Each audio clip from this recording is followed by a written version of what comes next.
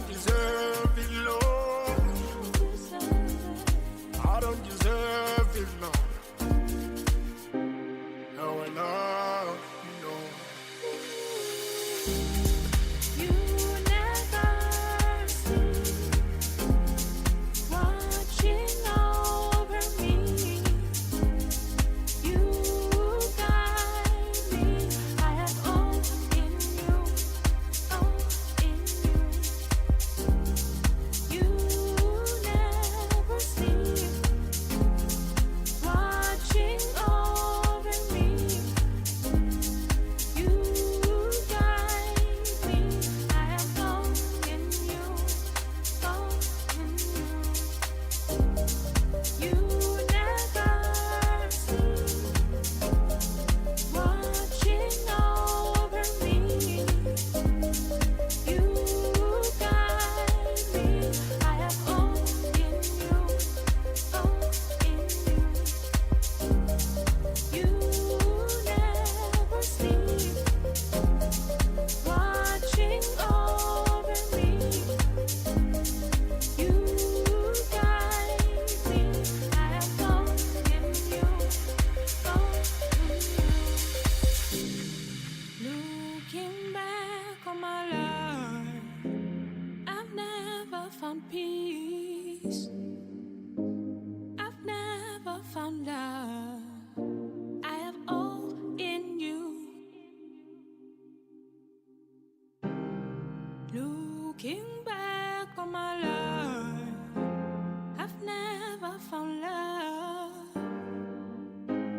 I've never found peace. I have all in you, all in you. I don't deserve it. No, I don't deserve it. I don't deserve it. I have all in you, all in you. No, I don't deserve it. No, I don't deserve it. I don't deserve it. I have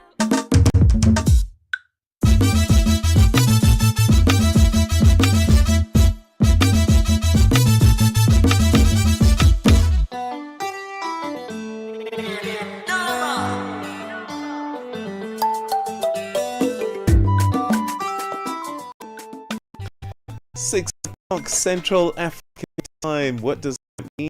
It's time to rise and shine. Yeah, you're tuned to Channel Africa, where we bring you the African perspective, broadcasting live from our studios in Johannesburg, South Africa, on the internet, www.channelafrica.co.za. And you can also find us on your mobile apps.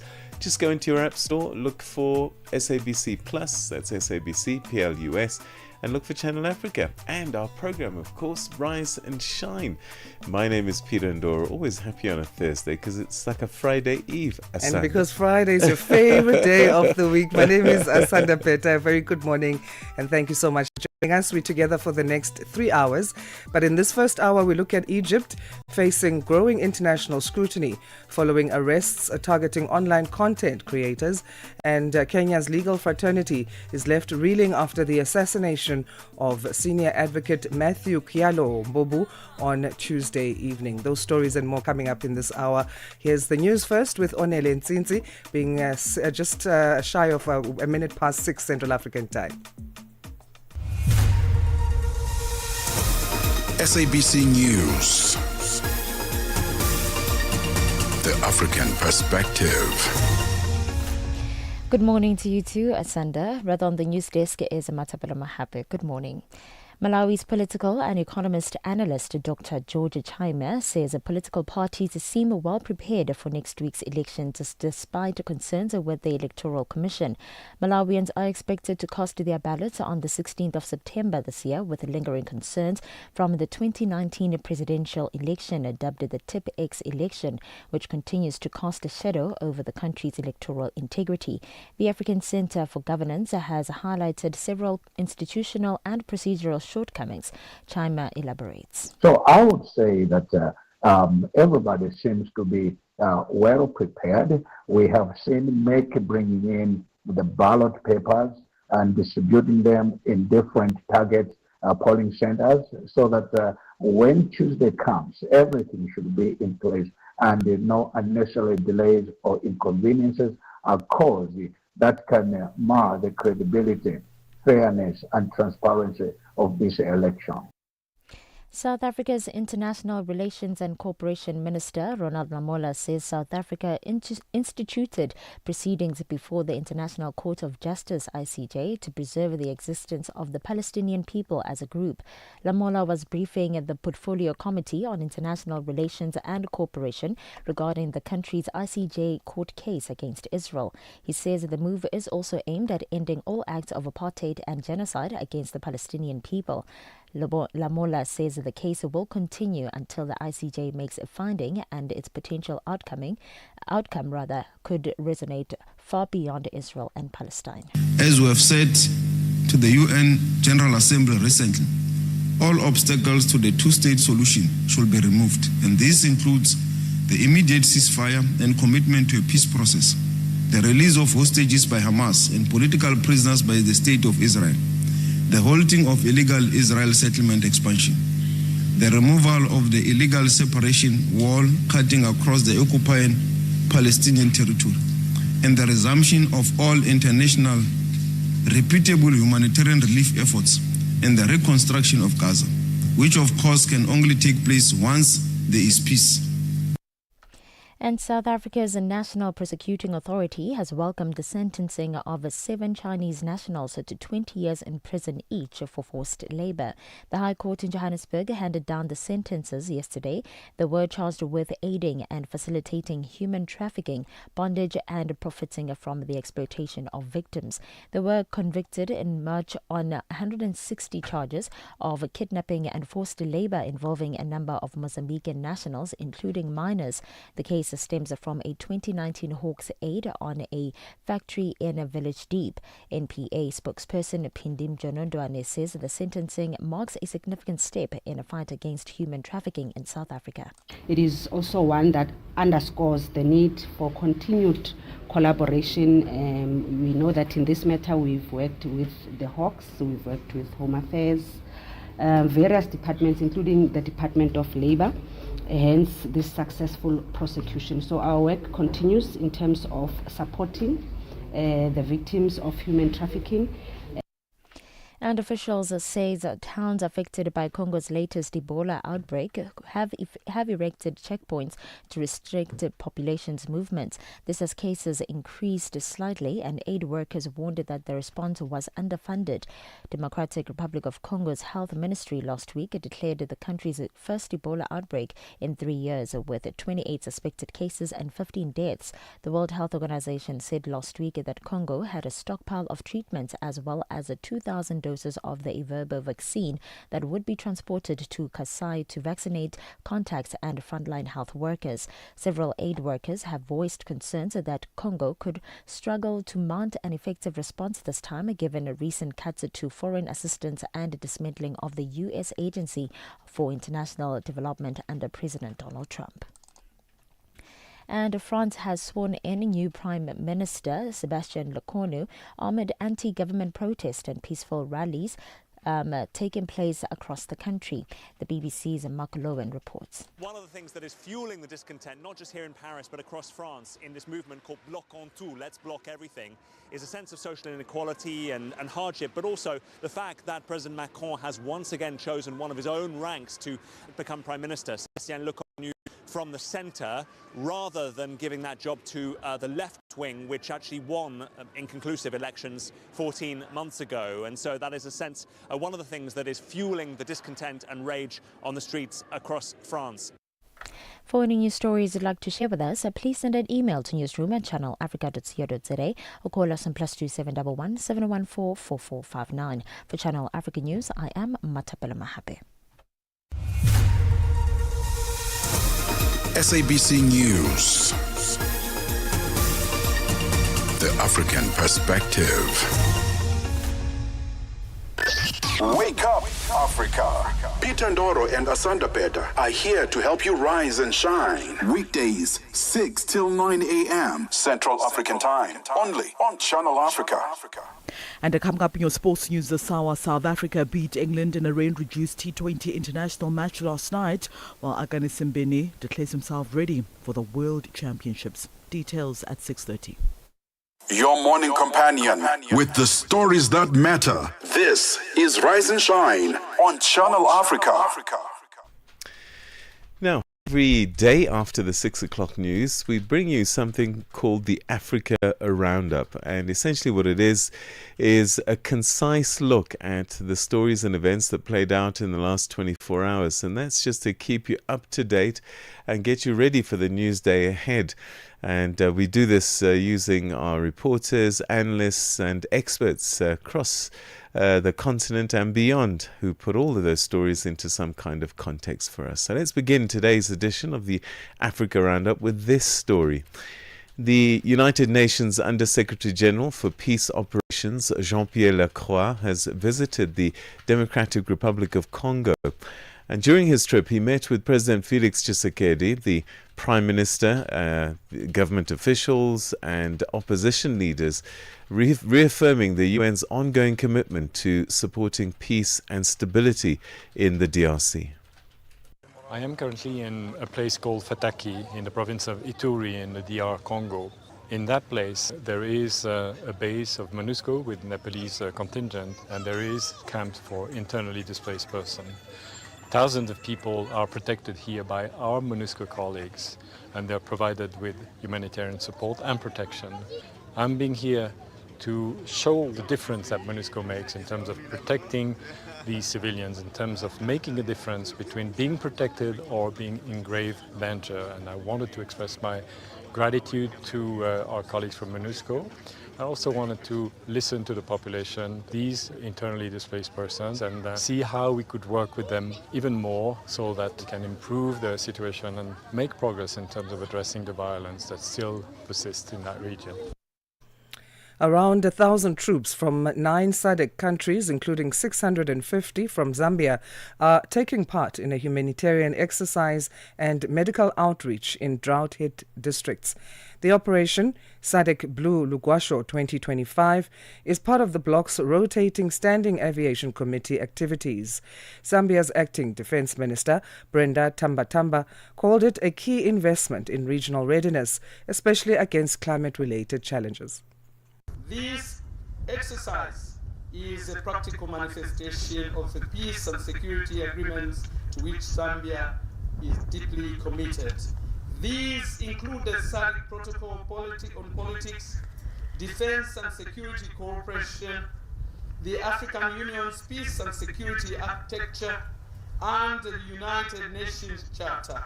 We firmly believe in an African region at peace with itself.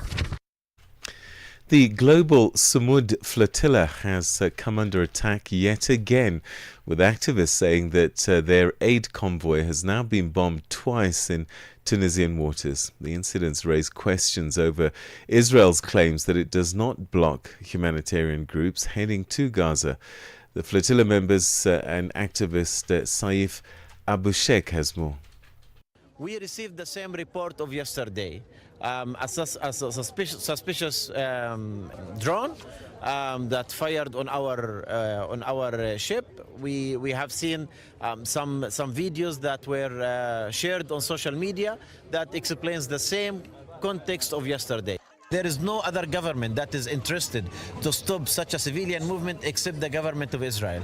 So this is what they happened. It's a violation of Tunisian law, violation of civilians, attack on a ship that carry humanitarian aid with civilians on board. 7 Chinese nationals have been sentenced to 20 years in prison each for smuggling Malawians into South Africa and forcing them into labor.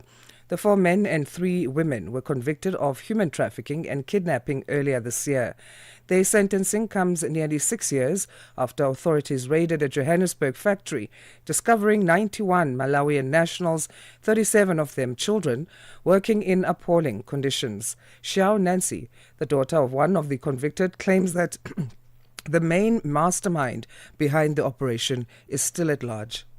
Well, this case is totally a lie. The big boss is right here in this country running business. And they can't call the boss, sent my mother, an innocent man, into prison. She's already 64 years old. Into prison. The big boss, the first one, the main one, is right here. And he has a gun-related background in the Chinese community in this country. That is why they always keep silence, because they're afraid they got killed. A major UN study has found that for the first time, the number of children worldwide suffering from obesity is higher than those who are underweight. The UN Children's Agency blames a shift from traditional diets to those reliant on ultra-processed foods. The BBC's global health correspondent is Dominic Hughes. Concern about malnutrition used to refer mainly to insufficient calories. Now, with rising obesity levels, even in poorer countries, the issue is about the impact of excessive, low-quality food on children's health and development. Traditional diets are being displaced by ultra-processed foods, often high in sugar, starch, salt, unhealthy fats and additives. Among school-aged children and adolescents, 1 in 5 is overweight and 1 in 10 is obese. And that's how we come to the end of today's edition of the Africa Roundup. We'll have more for you tomorrow after the 6 o'clock news. Stay with us. Coming up in a short while, in a few moments actually, Asanda is going to be taking us to Central Africa, and we do a deep dive on some of the stories that have been coming out in that region. Africa, voici Abedi. Oui, c'est moi. Abedi est un passionné de musique dans l'âme. Il a un goût pour toutes sortes de musique et passe ses journées à écouter Channel Africa. J'aime beaucoup la musique africaine. Ok. Devinez quoi? Channel Africa veut aider Abedi et les mélomanes du monde entier à découvrir encore plus de musique incroyable. C'est pourquoi Channel Africa appelle les artistes africains à soumettre leur musique. Chers artistes, n'oubliez pas de nous fournir toutes vos informations pertinentes à l'email adresse musique@channelafrica.co.za. Les soumissions sont votre chance d'être entendues, mais elles ne garantissent pas une playlist. Toutes les soumissions seront soigneusement examinées pour voir si elles répondent aux exigences de notre station. Channel Africa, la perspective africaine. New day, new stories. Start your morning right with Rise and Shine on Channel Africa. Right, let's get into the part of the show now. It's a Thursday. We zoom into the region of Central Africa, bringing you stories making headlines there. And we explore them with our analyst, our resident analyst, geopolitical analyst, Aaron Ngambi, to put you up to speed in terms of what's going on there. Aaron, good morning. Thank you. How are you? Good. Thank you, Asanda, and good morning to you. Always great having these catch-up sessions. Today we start with, let's go to the Central African Republic, or the CAR. They're launching a $1 billion investment program. What will this cover? Well, we told that in the Central African Republic, the government has sourced $1 billion investment in some of the projects that they have long been talking about, and some of these projects are for developmental proposals that they, in terms of democracy and development, and also as well as championing some of the things that has been part of the long government strategy to try to bring stability to the region and to the country. So it is a vast amount of money that is meant for various areas of development, which they have long been talking about. It was the first time that this roundtable discussion on this investment was held by the CAR, inviting international investors. What about this timing is important to note? Yes, the timing is very important to note, because we know that in the CRA, there's been a lot of events and things that are coming up. We've talked about elections before.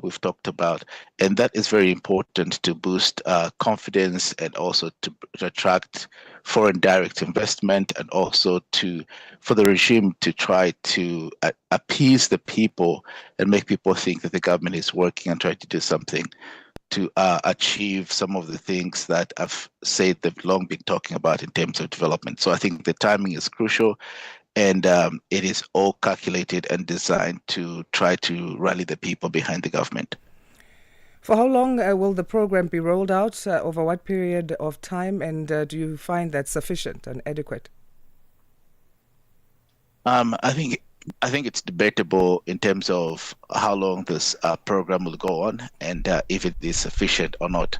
I think what is important is the deliverables. I think that if they can achieve the things that they've said they'll achieve in this period of time and with this kind of money that's coming in, I think that it's well and good. I don't think that it should take long, or it should take a short period of time for them to be able to achieve this. What they need is to actually deliver tangible results. What sort of projects are crucial to prioritize for the CAR government, besides what they plan to do? A lot of things. Number one is actually infrastructure development, in terms of,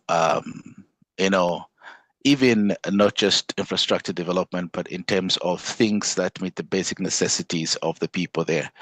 So you need to be able to prioritize things that have a direct impact on the lives of the people in terms of basic necessities. Do people have water and sanitation that is up to the standards that are required? But also is things like security. The Central African Republic is a country that is troubled with a lot of threats of insurgencies and things like that. So that is also some of the things that they'll be looking at. How stable is the country is, and what kind of investment they can put into that to make that the people are secure and stable. Let's take a short break. Aaron, do stay with us. We'll continue with our central rep. Aaron Ngambi is geopolitical analyst joining us for that. The next topic is also with the Central African Republic. Stay with us. AUSISA, the Association of Water and Sanitation Institution of South Africa, is a platform uniting Africa's water professionals. This November, Africa leads the conversation on water and sanitation. Join global and African leaders at the AUSISA Africa and Global South Dialogue 2025 from the 9th till the 12th of November at the Emperor's Palace, Johannesburg. From policy innovation, this is where action meets collaboration for a water-secure future. Register today at ausisa-watersan-dialogue.org or follow at AUSISA on social media. AUSISA, working together for sustainable water and sanitation security in Africa. Get the news, music, and lifestyle of Africa on Channel Africa, the African perspective. Exploring headlines, the latest and key challenges in the Central African region. We're joined by geopolitical analyst Aaron Ngambi to unpack, and we continue as we've started on that, our time being 20 minutes past 6 Central African time. Let's stay with matters then in the CAR, Aaron. Health systems there are under strain, and this is due to USAID funding suspensions. The country already grapples with low vaccination rates. That's one of the issues there in the health sector. In which other ways is this health sector impacted? Yeah, the health sector is another area that requires a lot of investment in the Central African Republic. Like you talked about, the rate of vaccinations, and this is for under 5 children or babies, is practically less than 20%. So you find that there's a lot that needs to be done in that area. With the withdrawal of the US aid funding, there's been a lot of problems in terms of even basically reaching the bare minimum to address the needs of the people. But the Central African Republic health workers have tried to be innovative. We've seen them moving from one area to another area, even using canoes to go to areas where are almost impassable. So the challenges are huge. The health facilities are understaffed. There is no money to pay health workers so that they can be able to attend these needs.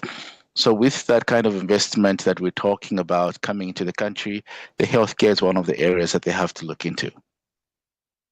Doctors Without Borders has intervened to assist in the country as well. Are there security concerns for MSF in terms of how they're getting around and how are they working around them to make sure that they also reach the remote areas that need to meet vaccination targets? Yes, the Doctors Without Borders has been on the ground. And like I talked about, security is a big thing in the Central African Republic. And because there is no money in terms of donor funding and aid that has been coming in, organizations such as Doctors Without Borders are using up some of whatever resources they have and working with the local health workers to create ways to meet the demands of other people in the health sector. But this hasn't been easy. It's been very challenging. I think they have a budget that's constrained, but they're putting priorities on issues that are life-saving. The vaccines is one of the campaigns that is being taken seriously. And like I said, the rate is about below 20% of how many people are vaccinated and children been vaccinated. So it's a huge challenge, but I think that the Doctors Without Borders have some kind of leeway to work with and maneuver because they have international connections. Any specific groups that are being targeted? You mentioned children under the age of 5. Yes, so these vaccines are basically, in most cases, most countries do vaccinate children that are under the age of 5. But also we've seen that there's some vaccinations that are specifically targeted for women, and also vaccines that are supposed to be targeted for those who need, with conditions that need attention. So there's a lot of work to be done, and I think that Doctors Without Borders are doing everything they can to try to salvage the situation. Let's move to the Democratic Republic of Congo now, where they're also staying with health matters. Ebola has reportedly killed 15 people. Can we expect this figure to rise? In fact, I think we are now at 16. At the time of reporting was 15 people.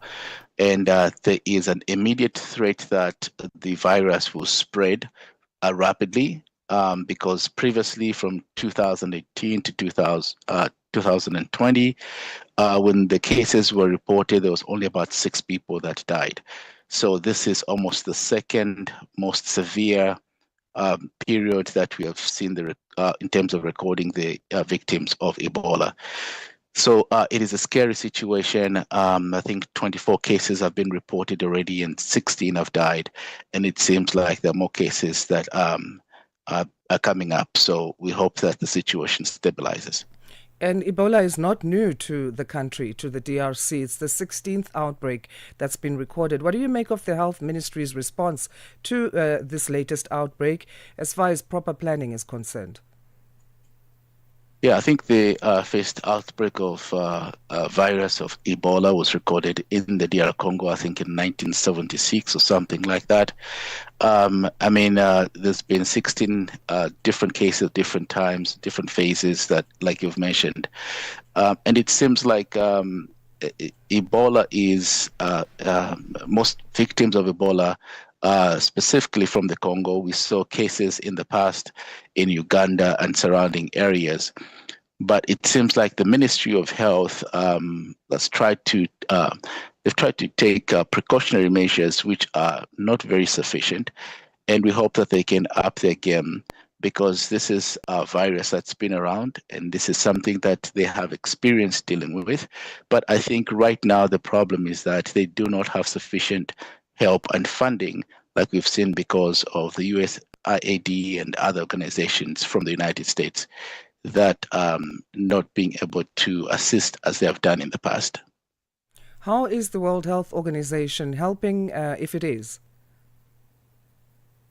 Yes, the World Health Organization takes the cases of Ebola and other diseases such as that very seriously. I know that they have had meetings and they're tracking and trying to see that this disease does not spread as much. But they've had meetings with the Ministry of Health. They've had preliminary preparations on how they can effectively combat this. But I think, like I said, it also requires a lot of resources to fight Ebola. If you remember, for example, you need a lot of PPE, equipment that you need to actually stop the spread. So we hope that the situation stabilizes. But like I said, Congo has had its fair share of this disease, and that they have some experience in dealing with it, especially health workers, and that's exactly what they're trying to do.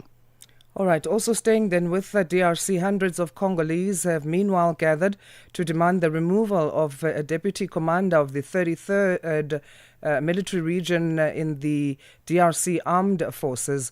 What did General Kasita Mukunda do? General Kasita has been accused or is implicated of having collaborated with the M23 rebels. He is now promoted by President Tshisekedi to be a deputy commander of the 33rd battalion. And so people in that area feel like they cannot trust him. They feel like he is a part of a problem rather than a solution. And they think that he is not genuine in terms of providing security and fighting the M23 rebels, protecting the citizens. So the local people are outraged. They're not happy about this decision by the president. How is he responding, this general, to these allegations? Well, he just thinks that he's refuted these allegations. He is not happy with what the people are saying, but the people are very much suspicious of him. There have been previous allegations of certain government officials and leaders being linked to the M23 or helping them in some way, the former president having faced that as well, and he denied it. What does it say about the intelligence or lack thereof then in the DRC if these charges or allegations will be made and then the people are denying them? Yeah, President Joseph Kabila, the former president of DRC, has been accused of backing the M23 and helping fuel this conflict. And you recall that when he was in South Africa for 2 years, when he went in exile, self-imposed exile, I must say, upon his return, he actually entered the country through the eastern DR Congo, which is the conflicted area. He was welcome, and he came into the country through that route. And this is the part of the country that is completely taken over by the M23 rebels. So they provided a safe passage for him to come home. And so people are very much skeptical about Kabila and this general and other people that think are behind this conflict. The problem is that this is a complicated issue because it borders on ethnicity, it borders on regional issues, and also it borders on other external players such as Rwanda and Uganda. So I think that the intelligence that the government has could be reliable, but also it is not possible to control every individual when you're fighting an enemy, insurgents. Aaron, we'll leave it there for today. Thanks again. Always great catching up. And we understand you're traveling, so do have safe travels as you jet set your way around the world. Thank you, Asanda. Thank you very much. Have a wonderful day. Thank you. Aaron Ngambi is geopolitical analyst, exploring some of the headlines and key challenges in the Central African region of our continent. 6:30 Central African time it is. Let's say good morning to Matapelo Mahape with news headlines. SABC News. Headlines. The African Perspective. Thank you, Asanda. Headlines this hour. Malawi's political parties seem well prepared for next week's elections despite concerns with the Electoral Commission. Malawians are expected to cast their ballots on the 16th of September in 2025 with lingering concerns from the 2019 TPEX election, which continues to cast a shadow over the country's electoral integrity. And South Africa has initiated proceedings before the International Court of Justice, ICJ, to preserve the Palestinian people's existence and end all acts of apartheid and genocide against them, with the case expected to have far-reaching implications beyond Israel and Palestine. And Utah Governor Spencer Cox criticized Charlie Kirk's political assassination, calling it a tragic day for the country. Democratic Congressman Jamie Raskin echoed this sentiment, stating that political violence is unacceptable. More on these and other stories at top of the hour. SABC News. Headlines. The African Perspective. It's time to say good morning to Musibudi Makura. She gives us the first sports update of the morning.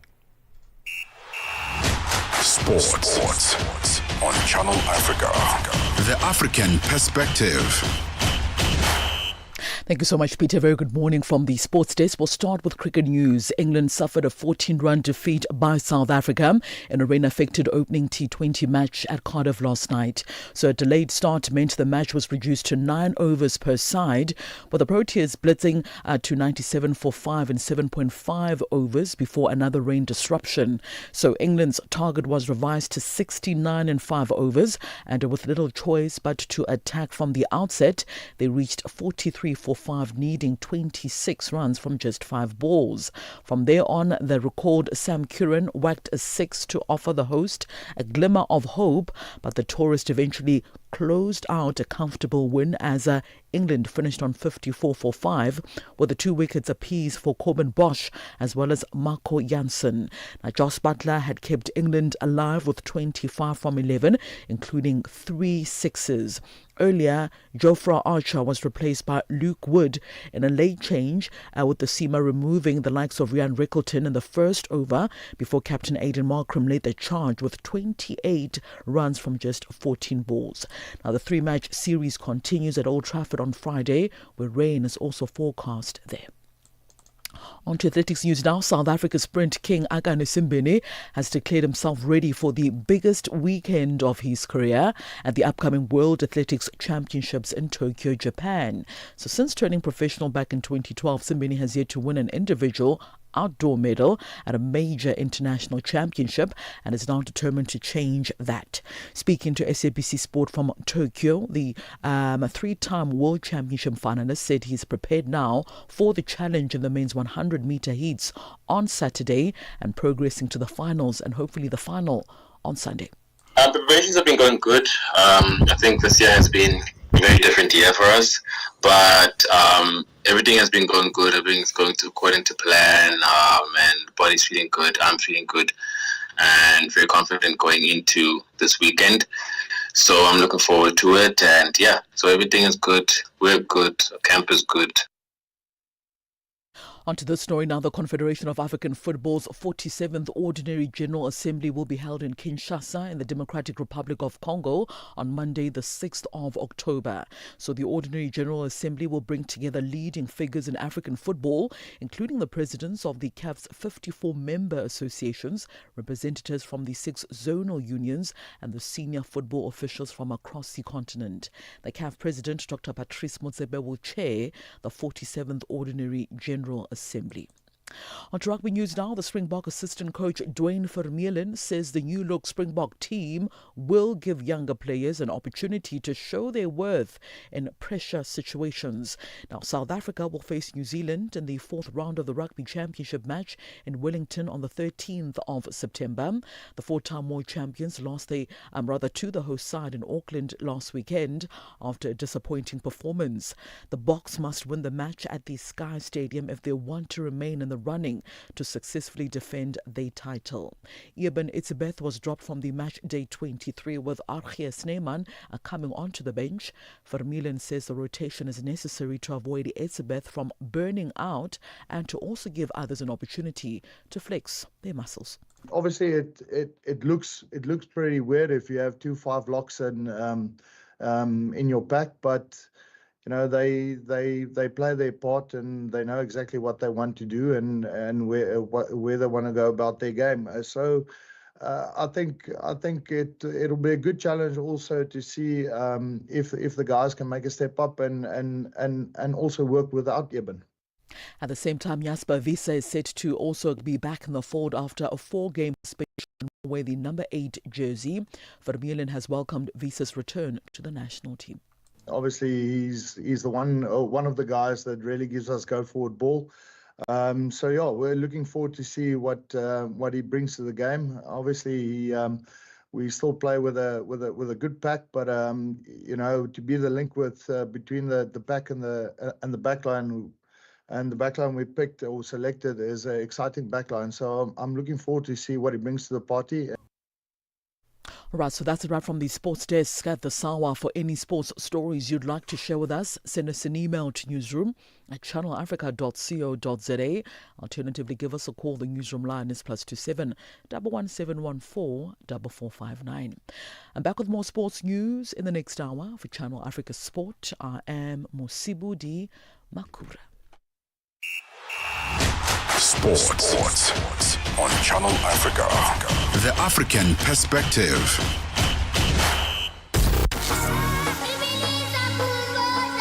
This September, Channel Africa celebrates Heritage Month, a time to honor the stories, the rhythms, and the languages that make us who we are. Whether you're in Lagos or the shores of Zanzibar, to the mountains of Lesotho or the markets of Dakar, we are united in diversity. Najivunia kuwa Mwafrika. Kukondolera Afrika ndiye nduwake. Proudly African and fabulous. Let us preserve our languages. Let's embrace our uniqueness. Let's embrace our cultures and celebrate the beauty of our continent. Channel Africa, the African perspective. Time now to check in for the first time on this 11th of September with what's happening in the world of business. We say good morning to Chandugo Likeke with that news.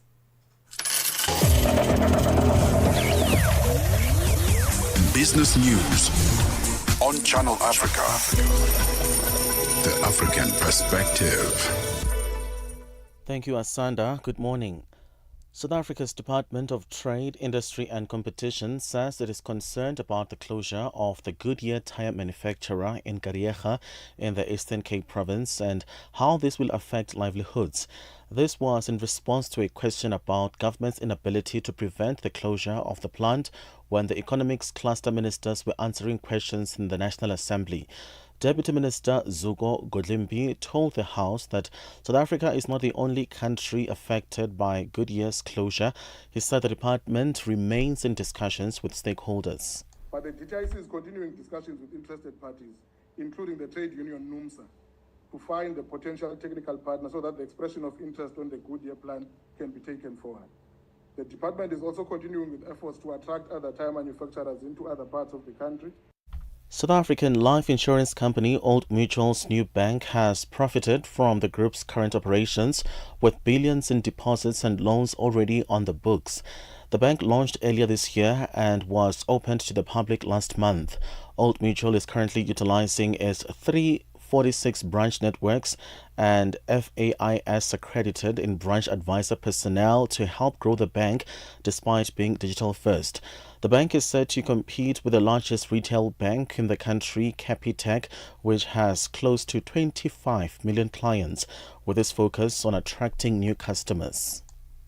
In other news, some disgruntled members of the Southern African Music Rights Organization, SAMRO, have expressed dissatisfaction with the reinstatement of 3 publishers. The 3 were included in the Funduzi forensic report into fraudulent activities around the distribution of royalties to music composers, authors and publishers. A small group of protesters disrupted a media briefing in Mill Park, Johannesburg, voicing their concerns. SAMRO member Teboho Sitatu. But the DTIC is continuing discussions with interested parties, including the trade union NUMSA, to find a potential technical partner so that the expression of interest on the Goodyear plan can be taken forward. The department is also continuing with efforts to attract other tire manufacturers into other parts of the country. West Africa is urbanizing faster than almost any other region in the world, creating both pressing challenges and opportunities. With Nigeria's infrastructure market valued at more than $600 billion, governments and businesses are looking for solutions that can expand capacity while promoting sustainability. Senior Vice President at DMG Events, Josine Hagemans. International partnerships are absolutely central. As we all know, Nigeria has a vast pipeline of infrastructure projects, but to unlock them, this requires capital, this requires technical expertise, the transfer of technology and global best practices. So as DMG Events, we really see it as our role when we deliver our events, that we connect international solution providers, of course, with local stakeholders on the ground, that we ensure that there is opportunities for knowledge sharing and also plenty of opportunities for collaboration. Barrick Mining has agreed to sell its Hemlock Gold mine in Canada to Kanseti Capital for up to $1.9 billion. The deal includes $875 million in cash at closing, $50 million in shares of Kanseti, and up to $165 million in contingent payments linked to production and gold prices from 2027 over 5 years. Kanseti says it will fund the acquisition through a mix of financing, including a $400 million gold stream with Wheaton Precious Metals, a $225 million loan underwritten by Scotiabank. Let's have a look at financial indicators at this hour. $1 in Nigeria is trading at 1,000 naira 508. In Botswana, 13 pula 25. Kenya, the dollar is 128 shilling 42. Zambia, 24 kwacha 8. BRICS countries, $1 in Brazil is at 5 real 42. Russia, 84 rubles 33. India, 88 rupee 10. China, 71.12. South Africa, 17 rand 51 cents. $1 is 74 pence to the British pound and 85 to the euro. Commodities, gold is at $3,633, platinum at $1,384 per ounce. The price of Brent crude oil, $67.42 a barrel. That's all for now. For any business stories you'd like to share with us, please send us an email to newsroom@channelafrica.co.za, or you can call us on +27 11714 4459. For Channel Africa Business, I am Chandruko Ligege.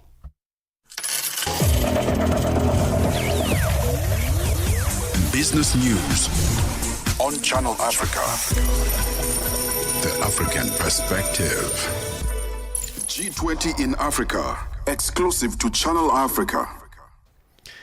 It's time for our G20 fact of the day. And did you know that unlike the United Nations and the World Health Organization, the G20 is not a rules-based institution? Countries don't sign treaties, but they do make commitments, and it's up to each country to implement the commitments. Now, this flexible structure allows for faster collaboration, but it also means that accountability depends on individual governments. And that's our G20 fact for the day. G20 in Africa, exclusive to Channel Africa, championing Africa through solidarity, equality, and sustainability. Growing global military spending represents a massive diversion in resources and poses a threat to humanity's future by undermining investments in sustainable peace and development. That's the sobering message from a new report launched by the United Nations Secretary General that finds that global military spending hit a record high of $2.7 trillion in 2024, soaring more than 9% from 2023. The report, titled "The Security We Need, Rebalancing Military Spending for a Sustainable and Peaceful Future," sounds the alarm of a dangerous move away from the principles of the United Nations Charter. Sherwin Price-Peace reports. The report reveals a stark reality. As military spending soars to record levels, the world is currently way off track in meeting its development obligations, as implementation of the Sustainable Development Goals ahead of the 2030 deadline remains a growing area of concern. Listen to UN Chief Antonio Guterres. In 2024, global military spending surged to a record $2.7 trillion, the equivalent of $334 for every person on Earth. That is really 13 times the amount of official development assistance from the world's wealthiest nations, and 750 times the regular budget of the United Nations. At the same time, our shared promise of sustainable development is in jeopardy. Only 1 in 5 Sustainable Development Goals targets is on track.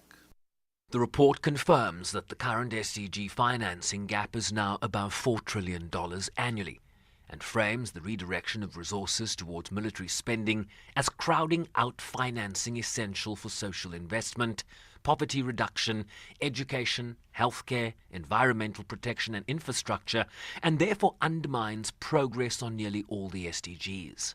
The report warns that this disproportionately affects low-income and fragile states already grappling with underdevelopment that could lead to greater insecurity, a vicious cycle in which the problem is exacerbated. The UN highlighted 3 urgent messages: that the current trajectory was unsustainable and that investing in people was investing in the first line of defense against violence in any society, that a better path was within reach, and that redirecting even a fraction of today's military spending could close vital development gaps, and that a rebalancing was necessary to put diplomacy first while boosting financing on development. The evidence is clear. Excessive military spending does not guarantee peace. It often undermines it, fueling arms race, deepening mistrust, and diverting resources from the very foundations of stability. A more secure world begins by investing at least as much in fighting poverty as we do in fighting wars. The report finds that if $1 billion could generate 11,000 military jobs, the same amount could create over 17,000 jobs in healthcare, or almost 27,000 jobs in education. Izumi Nakumitsu is the UN High Representative for Disarmament Affairs. Ultimately, arms control is about people. We need a new vision of security, human-centered and rooted in the UN Charter. A vision that safeguards people, not just borders, and prioritizes institutions, equity, and planetary sustainability. Let this report spark a new conversation, one that challenges the status quo and inspires bold, transformative change. With officials here making the case for why multilateral development cooperation produces results that military expenditure simply cannot. As the acting administrator of the UN Development Programme, Haoling Shu, explained. We're all aware of the fight against HIV/AIDS, right? Since early 2000s, international community decided to act together. And over the last 20 plus years, the Global Fund, right, for HIV/AIDS, tuberculosis, and malaria raised more than $60 billion with international action. It saved 65 million lives. Right? We know the story about multilateral action to save the ozone layer. Right? Again, multilateral action. Right? Billions of dollars of expenditure. Right? We removed 99% of the ozone depleting substance from the production. The response to COVID-19 was a collective effort. Right? The UN led the international response, right? From strategy, from analysis to strategy to vaccine, right? Development and distribution. So multilateral action works. With a view that these types of investments better guarantee peace and stability in an era where conflicts continue to dominate the narrative, from Gaza to Sudan, to Ukraine, among others. And as military expenditure goes up, the face of human suffering proliferates. I'm Sherwin Bryce-Pease in New York. Mornings made better with Peter and Asanda on Rise and Shine, weekdays 6 till 9 Central African Time on Channel Africa. The legal community in Kenya is in mourning and demanding urgent action after the assassination of Matthew Kaelo Mbobu, a senior advocate, a scholar and mentor. He was shot dead in a drive-by attack on Magadi Road in Nairobi in the early hours, in the early evening of Tuesday, September the 9th. Mbobu, who served as chair of the political party's dispute tribunal and lectured at the University of Nairobi, was known for his decades of service, integrity, and dedication to the rule of law. With us now is Faith Odhiambo, who's the president of the Law Society of Kenya, to reflect on what this loss means for the profession, for justice, and society at large. Thanks very much indeed for joining us. Welcome to the program. And can I begin with just offering you and your colleagues our condolences on this loss? Thank you very much. It's quite shocking. I think this is one of the shocking deaths after Willie Kimani, who was tortured and killed by police officers in the line of duty.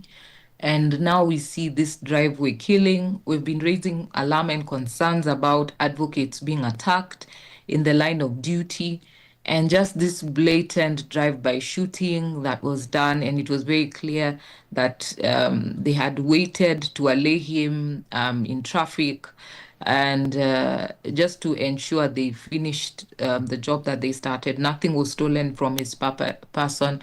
And so for us, for the law side, it raises great concern that we are no longer safe in discharging our duties, we are no longer safe in doing our work, and it's travesty to justice.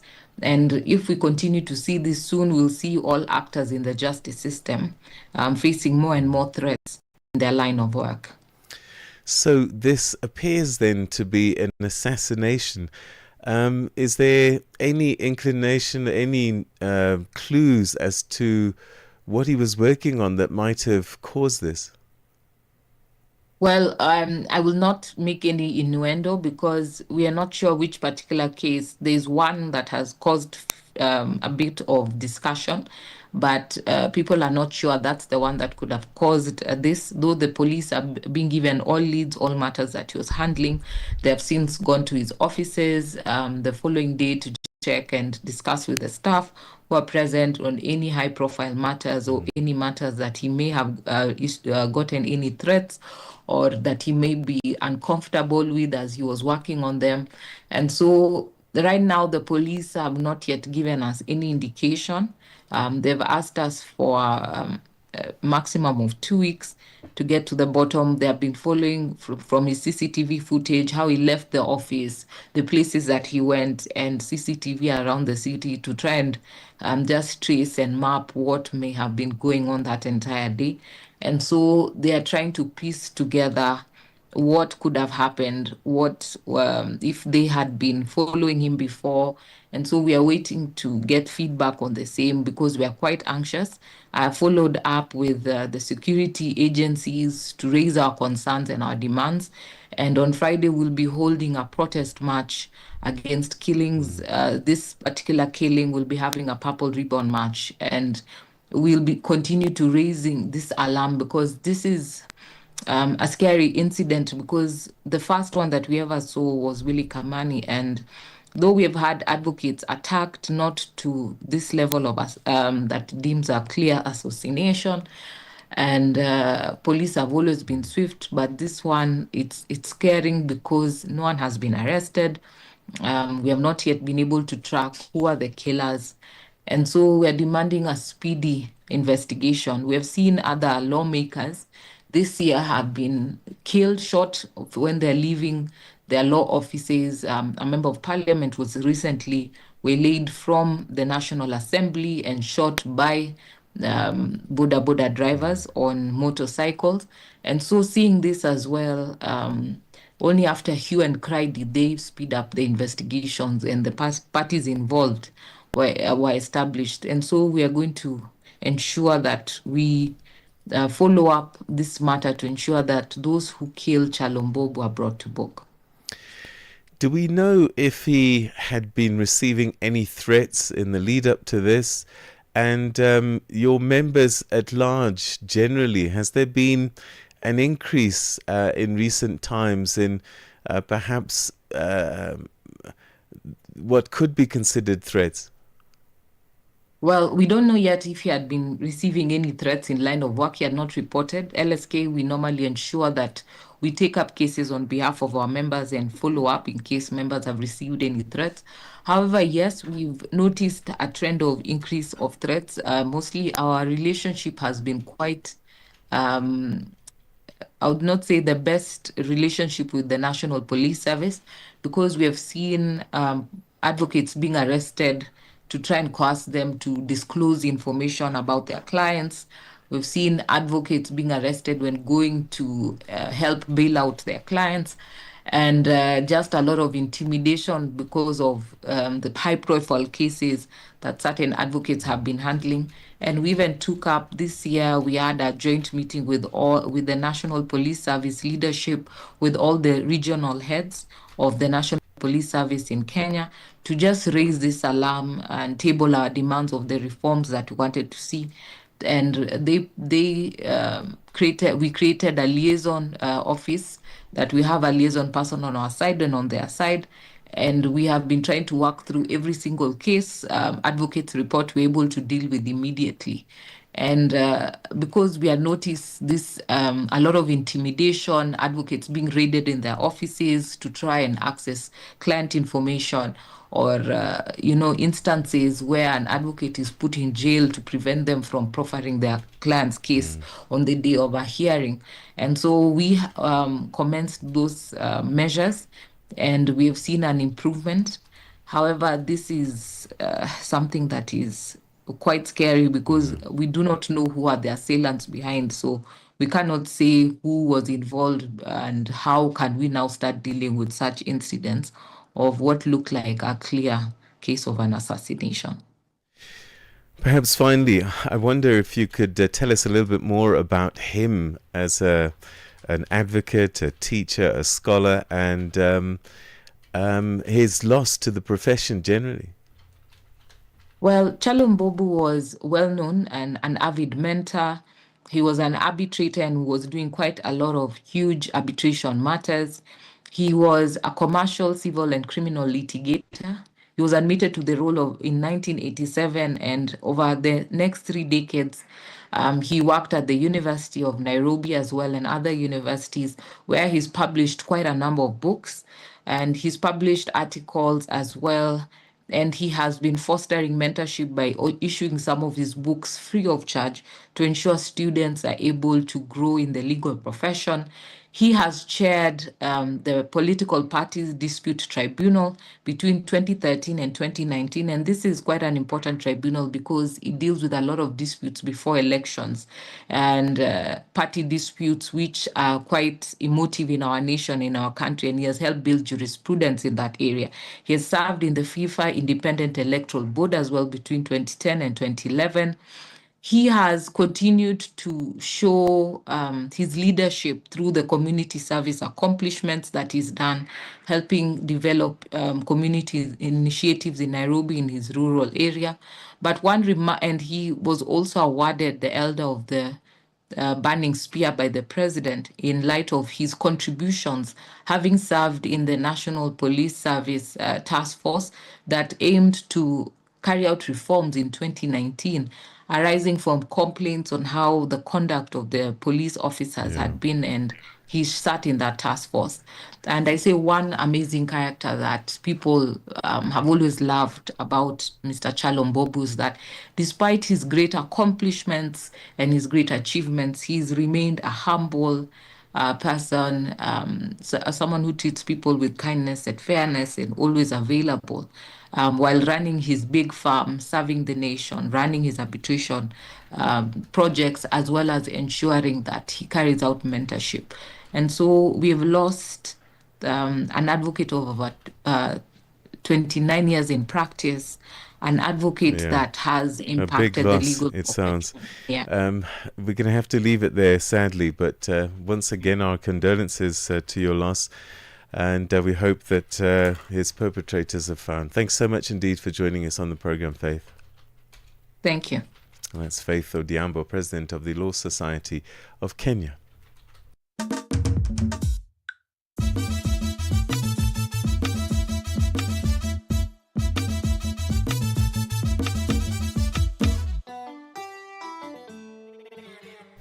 Seven o'clock Central African time it is, and good morning if you've just joined us.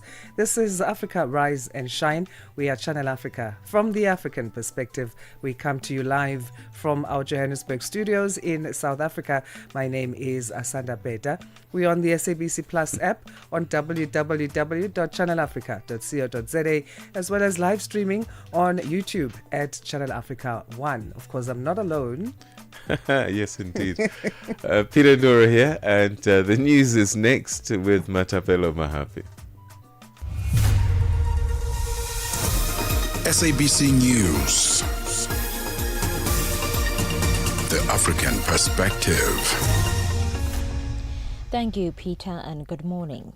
Malawi's political and economic analyst Dr. George Chamia says political parties seem well prepared for next week's elections despite concerns with the Electoral Commission. Malawians are expected to cast their ballots on the 16th of September in 2025 with lingering concerns from the 2019 presidential election. Dubbed the TIP-X election, continue to cast a shadow over the country's electoral integrity. The African Centre for Governance has highlighted several institutional and procedural shortcomings.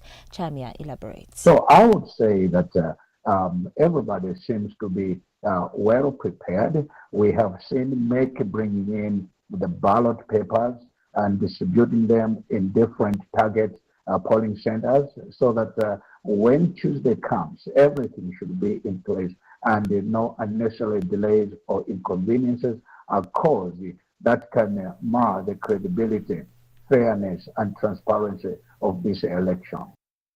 And South Africa's International Relations and Cooperation Minister Ronald Lamola says South Africa has instituted proceedings before the International Court of Justice, ICJ, to preserve the existence of the Palestinian people as a group. Lamola was briefing the Portfolio Committee on International Relations and Cooperation regarding the country's ICJ court case against Israel. He says the move is also aimed at ending all acts of apartheid and genocide against the Palestinian people. Lamola says the case will continue until the ICJ makes a finding and its potential outcome could resonate far beyond Israel and Palestine. As we have said to the UN General Assembly recently, all obstacles to the two-state solution should be removed, and this includes the immediate ceasefire and commitment to a peace process, the release of hostages by Hamas and political prisoners by the State of Israel, the halting of illegal Israel settlement expansion, the removal of the illegal separation wall cutting across the occupied Palestinian territory, and the resumption of all international reputable humanitarian relief efforts and the reconstruction of Gaza, which of course can only take place once there is peace. And South Africa's National Prosecuting Authority will tomorrow enroll the reopening of the inquest into the death of anti-apartheid activist and Black Consciousness Movement founder Steve Biko. Biko died 48 years ago on the 12th of September after he was allegedly tortured by the then apartheid regime. Kenny Mapanga reports. A formal inquest was held in November 1977, which found that Biko allegedly sustained the injuries during a scuffle with the Special Branch members. To date, no one has been prosecuted for the death of Biko. The NPA in a statement on Thursday says that the main goal of reopening the inquest is to lay before the court evidence that will enable the court to make a finding as to whether the death was brought about by any act or omission, which prima facie involves or amounts to an offence on the part of any person. And South Africa's National Prosecuting Authority has welcomed the sentencing of 7 Chinese nationals to 20 years in prison, each for forced labour.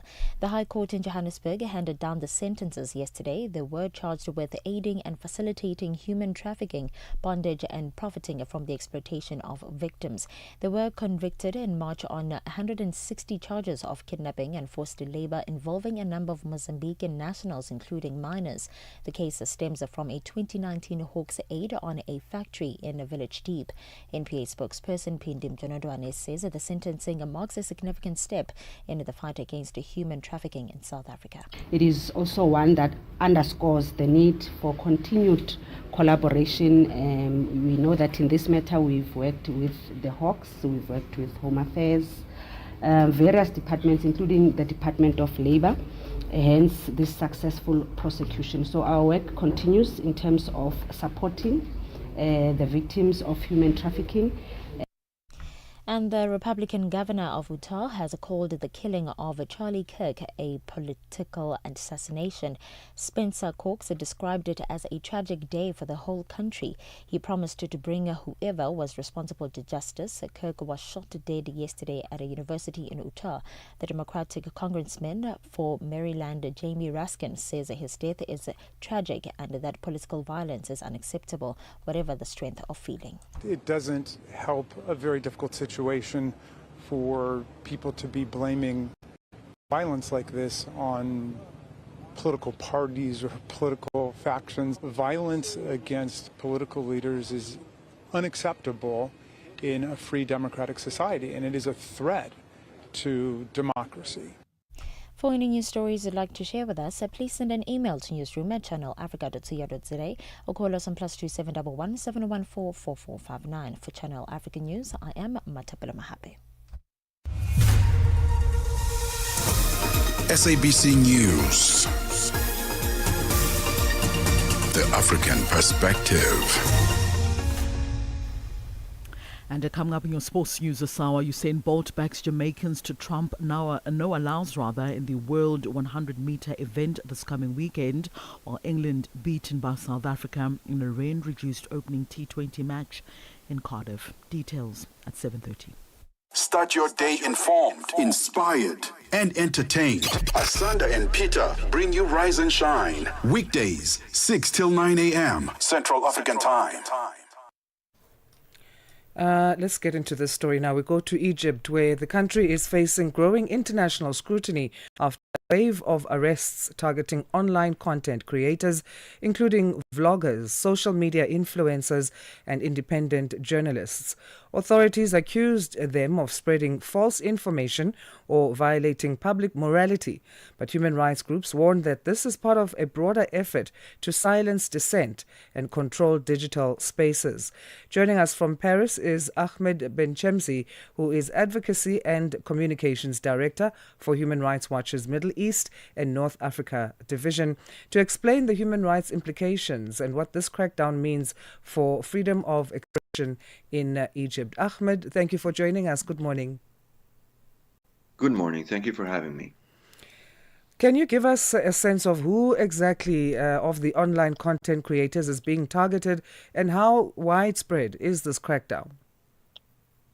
It's pretty widespread. I mean, it's not new because unfortunately it has been happening in the past years, but it's pretty widespread. In the past month, there were like 10 content creators that were charged with different types of charges, including quote unquote promoting vice, debauchery. 8 of them are in pretrial detention. Some have seen their assets frozen for travel bans. And what they're accused of is really like very vague offenses, including posting indecent videos, promoting vice and debauchery because of videos where some of them appeared dancing. There were also charges of, money laundering, like dancing in indecent clothing, indecent language. It's really a morality campaign. And there were campaigns like this in the past years, but in the past month, it really, skyrocketed. Are authorities focusing mainly on political content? Is it lifestyle and entertainment content that they're looking at? Who's affected? It is mainly lifestyle and social content. Like you'd see young people dancing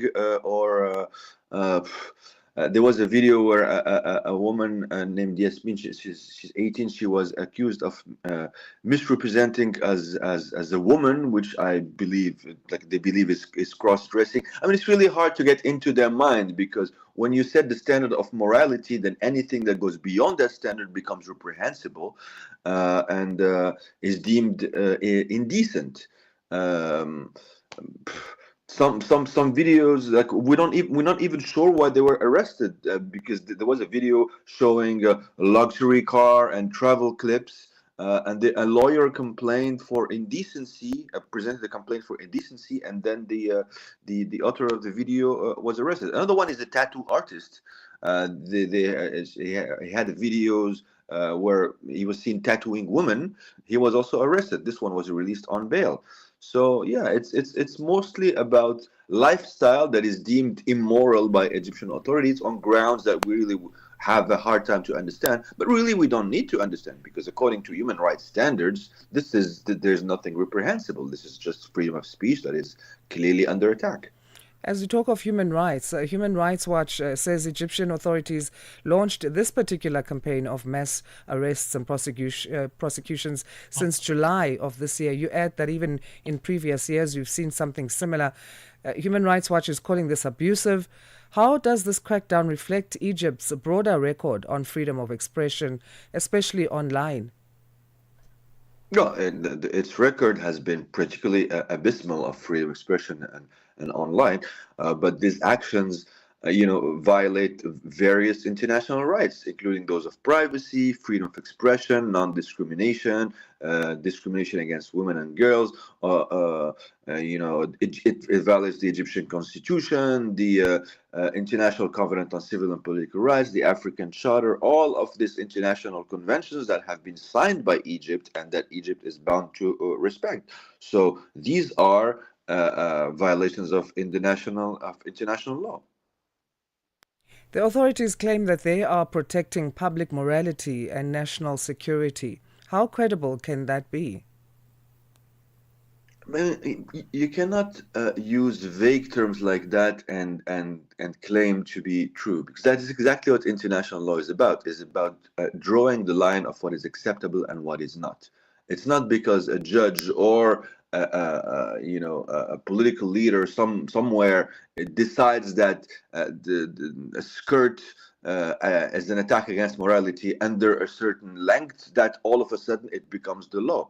That's exactly why the law exists, and that's exactly why international standards exist, to prevent such abuses. So they say it's an attack against morality. We say there is such a thing as international law, and you are bound by international law just like any other country. So how can Egyptian authorities make this make sense? You already touched that some of the charges leveled against those targeted are quite vague. Examples including undermining family values, another example, indecent videos. On what grounds can they make this make sense if it's morality, and how they would prove what those moral guidelines and how these are supposed to make sense to international law and even the constitution of Egypt? Well, it doesn't, and it cannot make sense. That's the thing. The only way to make sense is to release those people and to abide by international law and not charge them anymore for vague offenses like that. There's no way for such charges to make sense, because they do not. What effect is this having on young Egyptians and content creators, some who gain financial rewards and remuneration through their online posts? Well, it scares everybody, of course. It scares everybody. It creates an ambience of fear and of uncertainty, and also people do not have trust in the rule of law anymore, because apparently the rule of law can change depending on how a judge or how a political leader understands morality. And so it creates a feeling of fear, of pervasive fear across the whole population, especially the youth.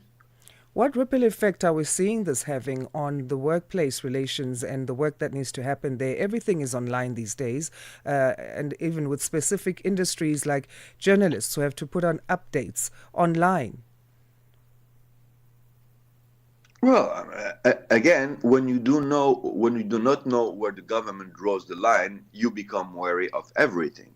So now people will start self-censoring. I mean, I'm saying they've been self-censoring for ages already, but campaigns like this will only increase the level of censorship and to an extent that is very hard to foresee, because you never know where the government will draw the line. People are just scared, and they will exercise censorship in any direction possible, just in fear of triggering the ire of some judge or some local authority somewhere. It's very hard to know what their next target is going to be.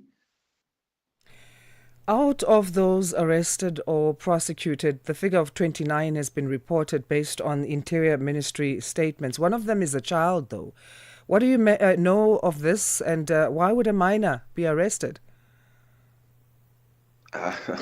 Children have been. It's not the first time that children are being targeted in Egypt. Like if you post a video that is deemed contrary to moral, they don't stop at your age. And there was a girl named Yasmin who was arrested, accused of misrepresenting as a woman. She was released for posting indecent videos. There's another one, Mohammed Shakir, who had 5.5 million followers. He was arrested after a lawyer complained. I told you about this tattoo artist. There was a TikTok user, like various types of profiles, belly dancers, even though belly dancing is something that is deeply part of the culture of Egyptian society, but it was deemed indecent. Various cases, and the fact that there were minor or major doesn't, change how the authorities sees them. Have we heard anything from those who've been prosecuted in terms of their ordeal and the reality they faced, and sharing that with the media? We do not have specific information about conditions in prison, but based on cases we have documented in the past, prison conditions can be very bad in Egypt. You can be denied medical care, you can be denied proper accommodation. We have documented, but even though those are different cases, because these are political prisoners in Torah prison, specifically in Egypt, but some have been some even died in the past because they were denied medical care. The former president Mohammed Morsi, even this, we're talking about something really different, because this is prosecutions are political by nature. But the former president of Egypt, Mohammed Morsi, died in prison, and it is widely believed that he died for a lack of proper medical care. So yes, prison conditions in Egypt can be as bad as that, and even lead to death. We don't know that they apply to this crowd that we're talking about right now, because we do not have specific indications on conditions inside prison cells. But there is serious ground and serious reason to worry. You mentioned that some of those prosecuted or arrested have been banned from travel, and there are those whose assets have been frozen. What recourse could they take then? Where can they go for any other type of assistance to make sure that their assets are released and they are able to travel? Well, these are judicial decisions, though normally they should be appealed, and if the rule of law was functioning the way it should, there should be appeal trials, and these sanctions should be lifted in appeals. But we are talking about a judicial system that is dysfunctional in a systematic way. So what was done in first instance courts could theoretically be undone in appeals court, but will it happen? We don't know. We can only push for it. That's our job as a human rights organization, to push for it, for such illegitimate and illegal and unjust verdicts to be undone down in the judicial process. So what is human rights calling on the Egyptian government to do, and how can the international community and tech companies help protect digital rights? Well, we call on the Egyptian authorities to respect the international obligations. We call on them to free all those that have been charged only for expressing their opinion peacefully. And we call on all the nations that have diplomatic relations with Egypt to pressure Egyptian authorities to abide by international law and their international obligations. What are the chances that the government will drop these abusive prosecutions and stop using vague charges to clamp down on online activities, especially if maybe there's pressure? Because as a tourist coming into the country, you want to be able to freely access these social media platforms, and tech companies might not want to invest into the country. Well, that is very true. There is a large reputational risk, because of these prosecutions, and I hope that Egyptian authorities will take that reputational risk into account. On top of the fact that their reputation is already shattered by the fact that they have been imprisoning young people who did nothing but dancing. So, or wearing fashionable clothes, or just expressing a lifestyle that might be at odds with traditional lifestyle, but that did not break any law. So yes, there is a reputational risk that is very vivid, and we hope that advocacy by international parties, including by groups such as our group, International Human Rights Organization, will have an effect on Egyptian authorities, and that eventually they walk back from these very nefarious campaigns. All right, Ahmed, thank you so much again for your valuable insights.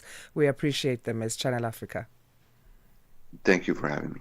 A pleasure. Ahmed Benchemsi is Advocacy and Communication Director for Human Rights Watch's Middle East and North Africa Division, talking about Egypt's latest clampdown on online content creators. Es-tu préoccupé par quelque chose? Es-tu passionné par les questions qui comptent? As-tu une voix qui mérite d'être entendue? Eh bien, nous avons la plateforme parfaite pour toi. Téléphone-nous ou fais-nous un WhatsApp au +27 66 408 87 42 et nous te rappellerons. Sois dans la conversation. Salut Channel Africa, ici Beno le diamant rouge et Bina l'export depuis le Cameroun, le pays des lions. Voilà. Sois dans la conversation. Il ne s'agit pas seulement de parler, mais c'est ta chance d'exprimer ton point de vue, de partager tes opinions et de t'engager avec une communauté qui valorise ton avis. Suivez-nous sur les réseaux sociaux, visitez notre site www.channelafrica.co.za et préparez-vous à partager vos points de vue sur Channel Africa, la perspective africaine. A fresh morning, a fresh perspective. Stay tuned to Rise and Shine on Channel Africa.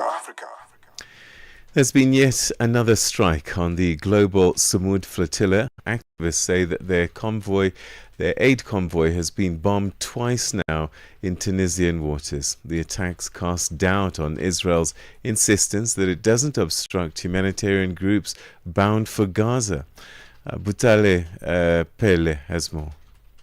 The global Samud flotilla, a group of 20 boats, set sail from Barcelona to Gaza, carrying medical kits and food parcels. The flotilla, which has been involved in a blockade for almost 2 decades, was attacked again by a drone in the early hours of Wednesday morning. The incident resembled the previous one on the Portuguese-flagged vessel family. Tunisian officials have denied any drone involvement in the first incident, but an investigation is ongoing. The flotilla's mission is to break the blockade and aid the Palestinians in their mission.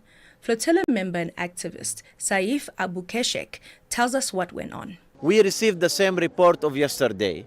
A suspicious drone that fired on our ship. We have seen some videos that were shared on social media that explains the same context of yesterday.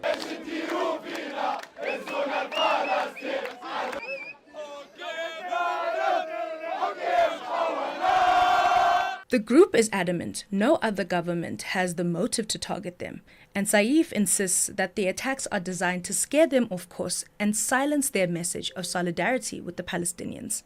There is no other government that is interested to stop such a civilian movement except the government of Israel. So this what they happened. It's a violation of Tunisian law, violation of civilians, attack on a ship that carry humanitarian aid with civilians on board.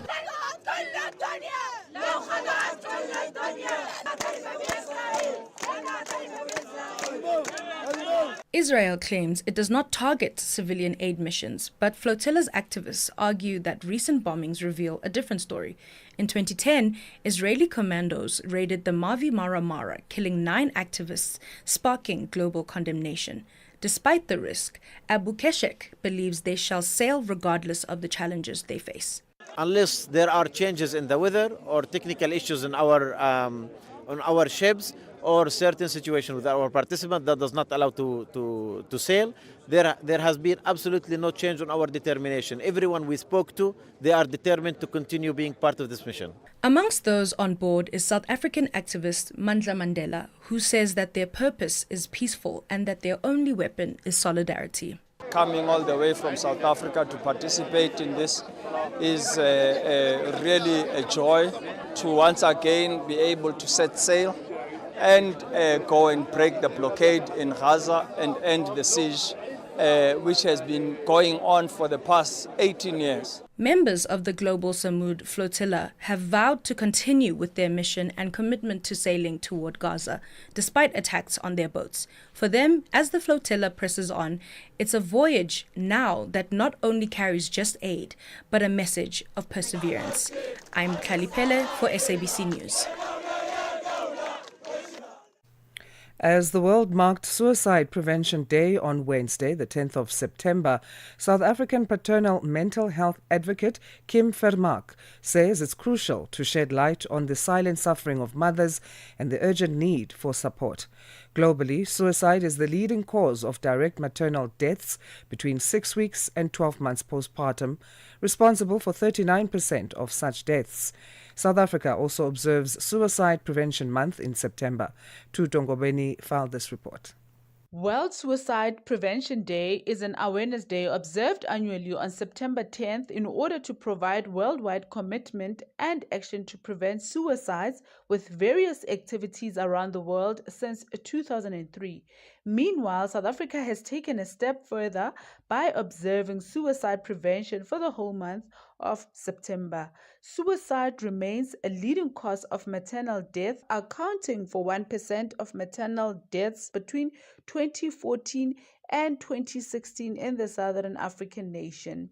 Kim Vermaak, author, book coach, and paternal mental health advocate who specializes in helping people navigate the often overlooked journey of postpartum depression, says it's crucial to shed light on the silent suffering of mothers and the urgent need for support to prevent them harming their babies or themselves. Now, postpartum depression can, at its very, very worst, and it's very extreme, it can lead to the mother harming the baby up until the point of death. We call that infanticide. Infanticide is when someone has killed the baby before it is a year old. And in South Africa, we've got the highest rates of infanticide in the world. On the other side is that the mother might not actually kill the baby, but she might hurt the baby, or she could hurt herself. Now, what happens is when a mother has hurt the baby and she feels very overwhelmed, or the father has hurt the baby, then there is a lot of guilt that comes into it. And then they start saying things like, this baby would be better off without me. Vermaak has blamed commercial media for putting a lot of pressure on new parents as they promote images of happy-looking new mothers, which is sometimes not the reality of new mothers or fathers. She says this leads to depression episodes. Now, there is no such thing as a perfect parent. However, the media sometimes will make it look like, and when I talk media, I'm talking about commercial media with magazines where they have happy mummies that are nursing the babies and everything seems wonderful. And when we compare ourselves to what we think is the perfect mother, that is when we can actually have even more depressive episodes, because we're feeling like we are just not worthy. So when a mother starts feeling that, or when a father starts feeling that, there is a tendency to sometimes withdraw from the baby. Now, when you withdraw from the baby, you're breaking the bonding process between the mother and the child and the father. And that has got long-term consequences. In fact, research shows that early childhood traumas can spike the incidences of you getting postpartum depression as well. Vermaak says communication and support is at the heart of ensuring that new mothers and fathers don't experience the sad emotions. You know, when I was writing my book, Taming the Monster, which should be released quite shortly, I really realized the power of communicating with other people. I've come across a number of fathers and mothers who just didn't have a name for what they were experiencing. And they really struggled at a time that they didn't need to, because they could have reached out for help. And for anyone who's actually listening, I want to say, if you know someone who is in your family, or maybe at work, or maybe in your faith-based community, who's just had a child, dig a little bit deeper. Don't just look at it and say, okay, well, maybe they just need space. Find out if they need something and be proactive. For Channel Africa News, I am Tutongo Bene in Johannesburg. Right, let's get our news headlines now with Matapelo. It's 7:30 Central African Time.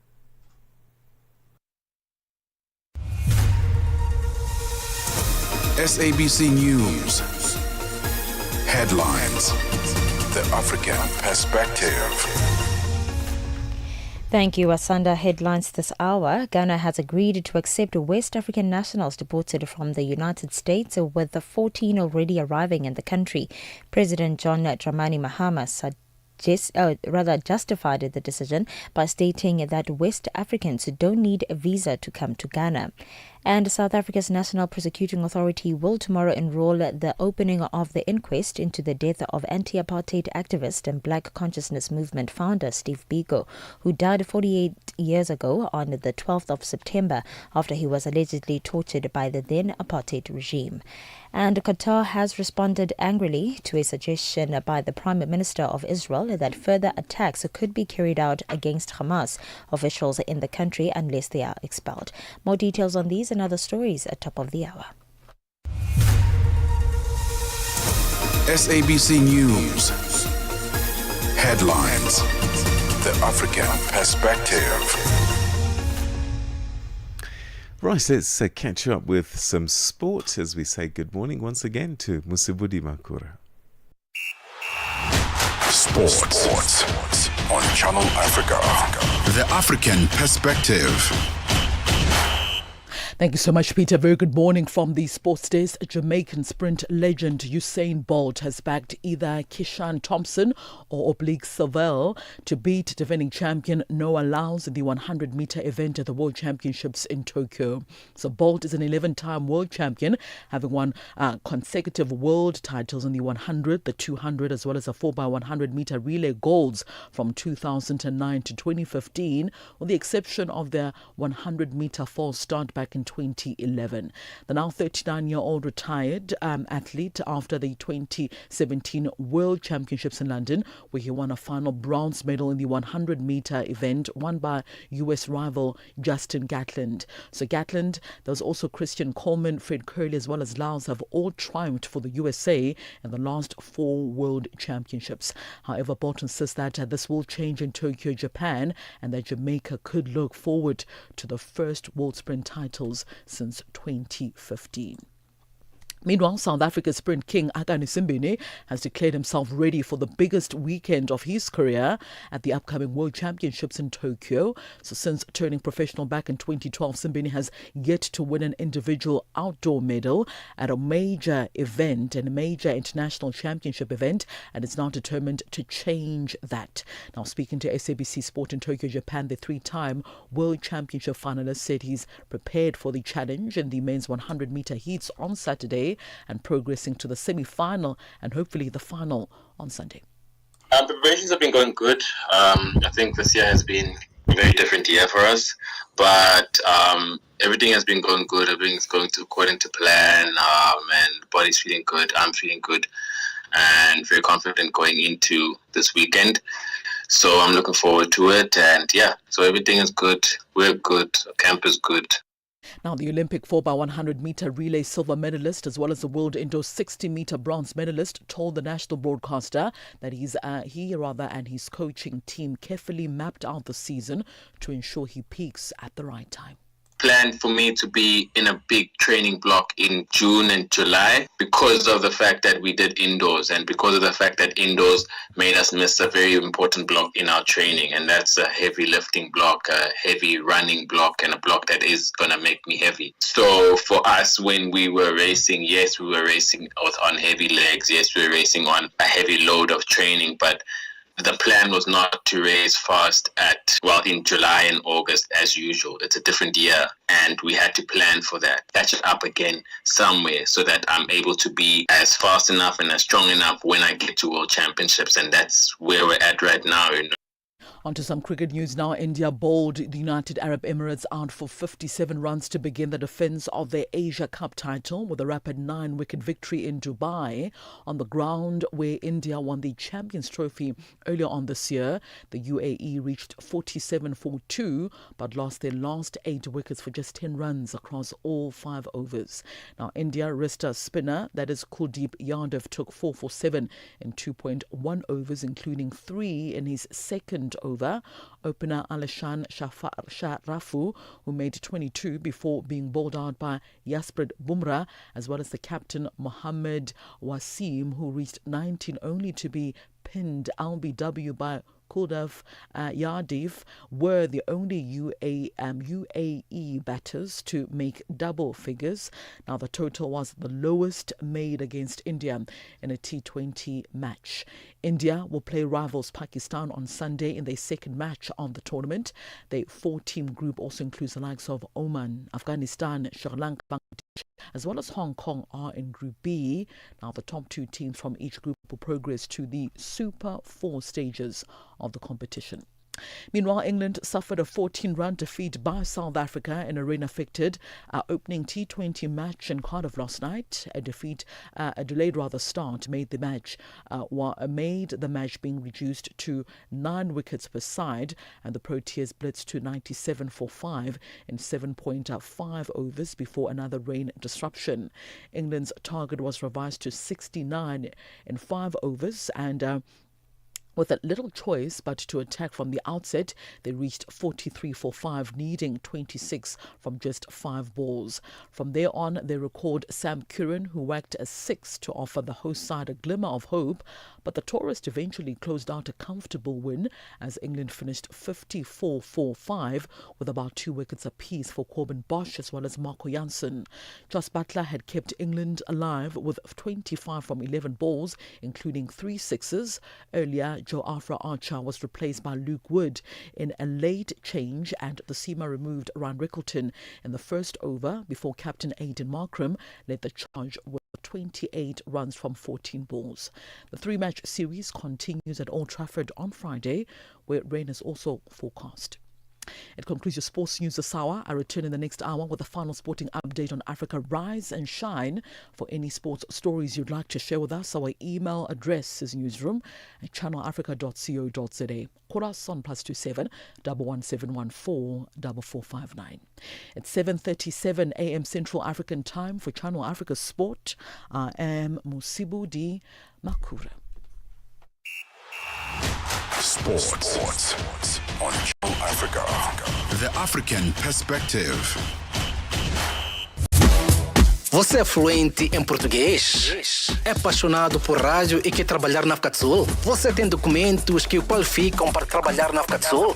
Nesse caso, podemos ter uma oportunidade para você trabalhar no Canal África. Envie seu currículo e demonstração para Canal África newsroom@channelafrica.co.za. Lembre-se, se você não receber alguma resposta nossa em 14 dias, isso significa que você não foi selecionado.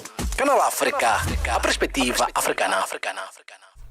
Let's find out what's happening in the world of business as we say good morning to Chandu Goligege. He has our economics news.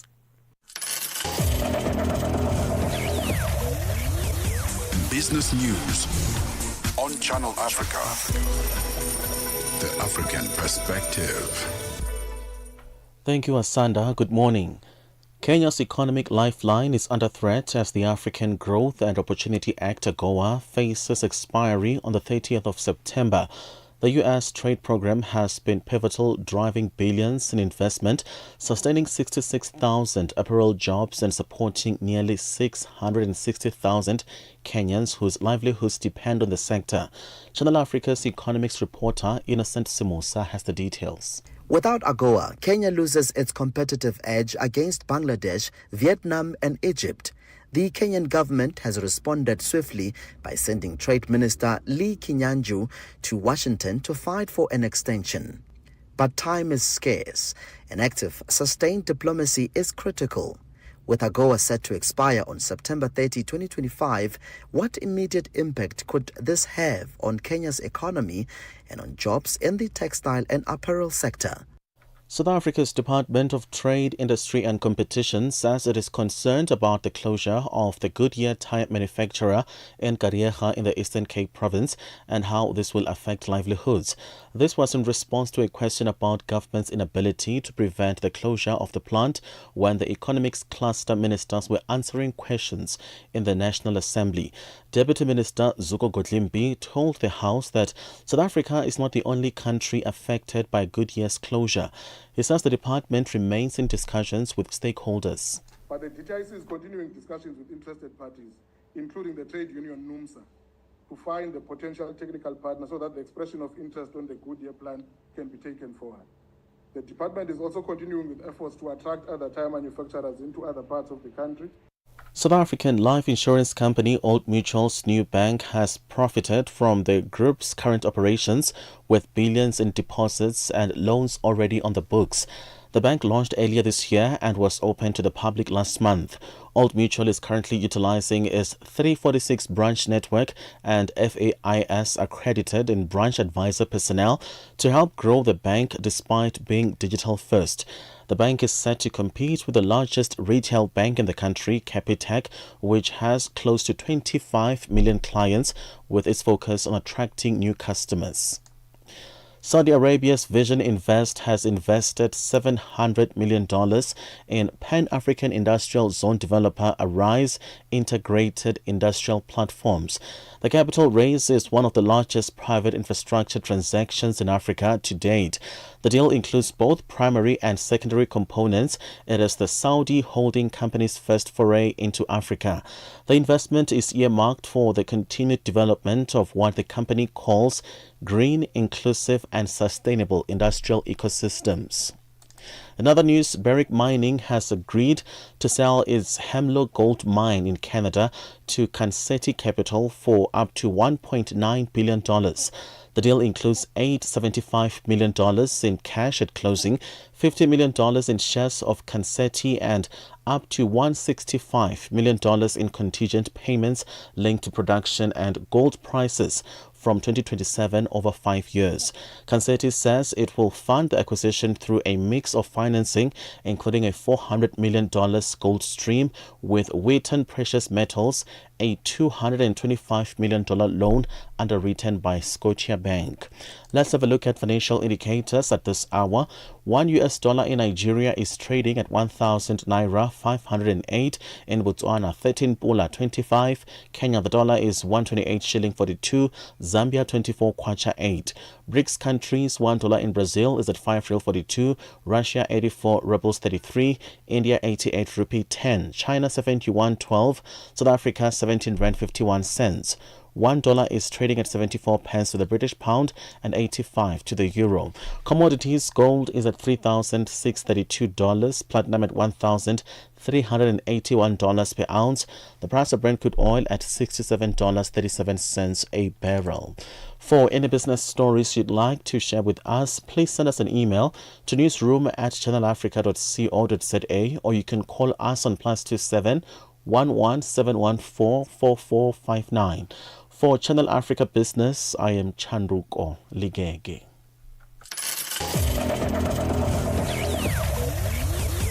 Business News on Channel Africa. The African Perspective. Now, participants at the two-day second annual Embassies Business Fair and Conference, which is held at the CSIR Conference Centre in Pretoria in South Africa, have emphasised the event's vital role in transforming embassies into active conduits for intra-African trade through the platform for creating real deal-making opportunities, facilitating everything from networking with fellow entrepreneurs to forging cross-border partnerships under the banner of African collaboration. Channel Africa reporter Michael Mbewe filed this report. The Embassy's Business Fair and Conference is a strategic platform that transforms diplomatic missions into active trade facilitators. Building on its successful debut in 2024, the second edition, scheduled for 8 to 9th September 2025, showcased the importance of fair business practices, unique product exchanges, and fostering cross-border collaboration between African countries. Teresa Sipiho, an investment and expert promotion attaché from the High Commission of Namibia in South Africa, said the platform opened doors for African trade. It is important since as Africa, we are looking up to the Africa Continental Free Trade Agreement so that Africa can trade with Africa. So we want where African countries trade amongst each other, and the Africa Continental Free Trade Agreement is a platform that is opened up by our heads of states so that we can start trading amongst each others. Yes, we are saying that it's offering us a market of over 1.4 billion people. So countries in Africa must start trading with each other so that we can keep the economy of Africa striving. CPO says investing in Namibia is seamless through a dedicated government platform. It's not really a difficult issue to enter, even though people can enter at their own. Ideally, we would want them to enter through the agency that is established by government to promote investment within the country. So that's why we would ideally want the Namibia Investment Promotion and Development Board to be the entry point for any potential investor to come in Namibia. The Republic of Guinea's economic attaché to South Africa, Santo Debao, said the platform encouraged conversations on economic diplomacy. It is only fair that we do gathering as such, where we bring in small businesses as well as other embassies to discuss different opportunities beyond the borders of South Africa. I think one of the main takeaways from this gathering is the promotion of economic diplomacy.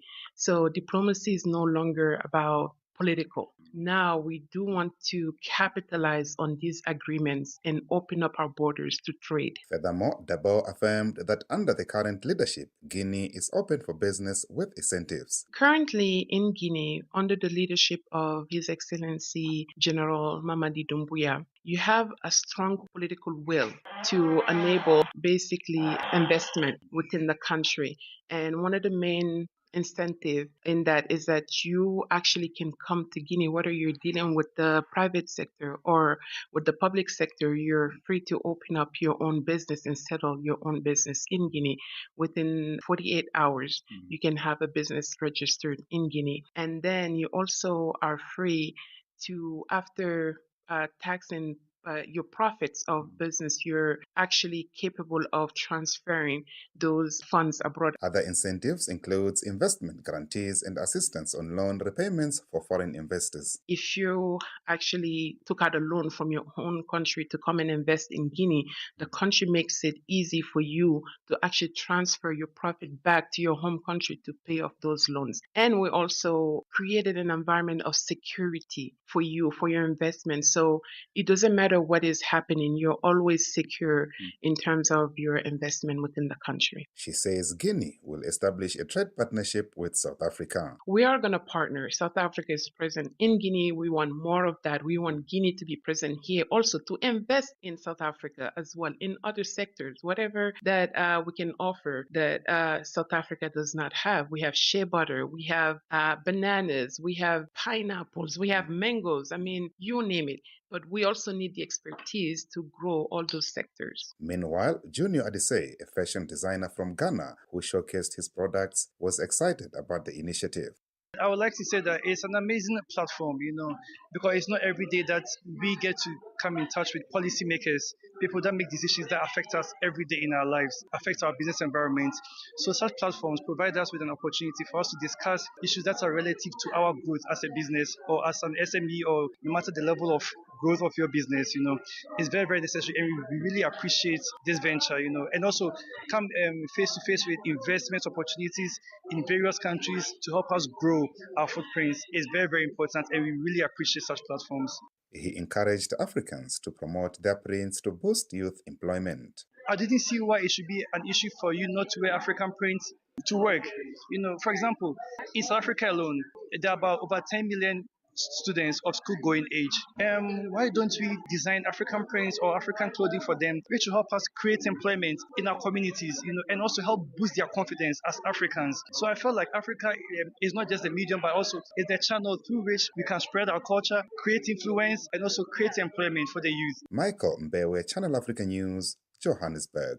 zochitika ndi madaphiri kamlondola wa zochitika pena paliponse. vuto lakusowa kwa simenti likupitirira ku Malawi ngakhale kuti boma linapanga mgwirizano ndi makampani ena aku Zambia kuti azibweretsa mdziko lo simenti. Nduna ya zamalonda Vitumbuko Mumba yadzudzula makampani ena kuti akubisa simenti ngakhale kuti boma likumawapatsa ndalama yakunja kuti akagule kunja ndi kubweretsa simenti ku Malawi. Ndipo George Muhango tili naye pa line apa kuti atifotokozere zambiri. George, uli bwanji komanso vuto la simenti linamba liti? Inetu ndili bwino, ndipo vuto la simenti ku Malawi kuno linayamba miyezi itatu yapitayi. Sakupezeka mu mashop amene amagulisiramo komanso kuti makampani amene akupanga simenti amene akupanga ochepa kwambiri, monga modzi kunena kuti ndalama yakunja kuti ayitanise katundu amene amathandizira kuti apange simenti amene ikusoweka. zochitika ndi madaphiri lolemba mpaka lachisanu pa nthawi ya 7 koloko kufikira 8 koloko madzulo pa Channel Africa. This September, Channel Africa celebrates Heritage Month, a time to honor the stories, the rhythms, and the languages that make us who we are. Whether you're in Lagos or the shores of Zanzibar, to the mountains of Lesotho or the markets of Dakar, we are united in diversity. Najivunia kuwa Mwafrika. Kukondolera Afrika ndi anthu ake. Proudly African and fabulous. Let us preserve our languages. Let's embrace our uniqueness. Let's embrace our cultures and celebrate the beauty of our continent. Channel Africa, the African perspective. Good morning starts here. Rise and shine on Channel Africa, the African perspective.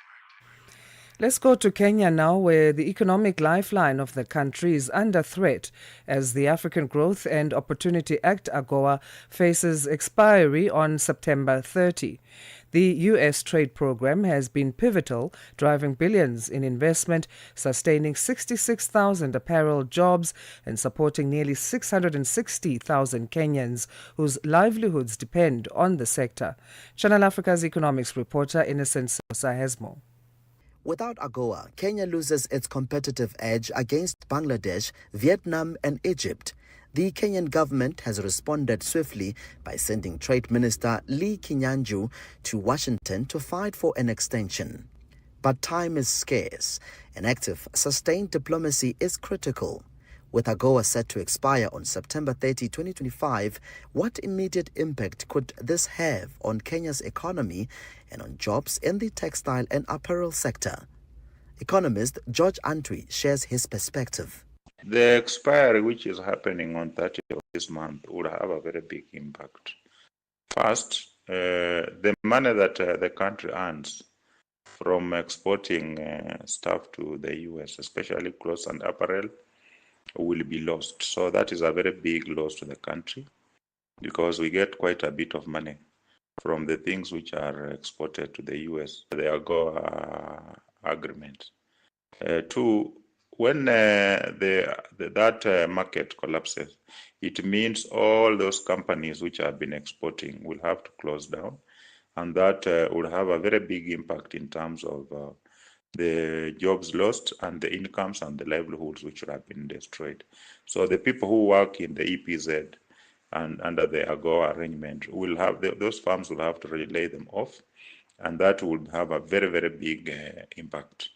The question is, as the deadline approaches, is Kenya likely to push for a bilateral or reciprocal trade deal with the United States to safeguard its exports? In terms of the possibility of Kenya asking for an extension, I think the political leadership must have slept on the job. This should have been one of the things that the Minister of Foreign Affairs, working in conjunction with the Minister of Trade, should have worked on it so that before it expires, we get a renewal, maybe another extension for another 2 or 3 years. So I even expected when Kenya was, when President Ruto was negotiating for Kenya to be made a major NATO ally, that is one of the things that should have been extended. But unfortunately, that was not given the weight that it deserves. Maybe the leadership did not understand how critical and important this is to the country. But it is our hope that the political leadership, starting with the president and the Minister for Foreign and Diaspora Affairs, Mheshimiwa Musalia Mudavadi, and the CS for Trade and Investments, will be able to try and push so that we get an extension. Even if a new trade framework is secured, Antwi says domestic challenges like high electricity costs and heavy taxes still threaten the competitiveness of Kenyan manufacturers on the global stage. Even if we secure a new framework, some of the challenges we have is the cost of electricity in Kenya is the highest in the region. And also the taxes, the tax regime is very high. So that is those are some of the things that are making the country very expensive, because if you are going to pay so much money in terms of taxes and you're also going to pay so much in terms of electricity, it makes the cost of production very high. So that makes the items that are produced very expensive, and that means that they are not able to fetch the kind of money that they would ordinarily fetch. So that becomes a major hindrance to some of these industries. For Channel Africa News, I'm Innocent Simos in Johannesburg. Organizational culture was under the spotlight at the Culture Summit Africa 2025 in Johannesburg, South Africa. Over 100 leaders in HR, transformation, people strategy and leadership are meeting to discuss how organizational culture drives performance across African workplaces. Channel Africa's Nhlanhla Mahlangu attended the summit and filed this report.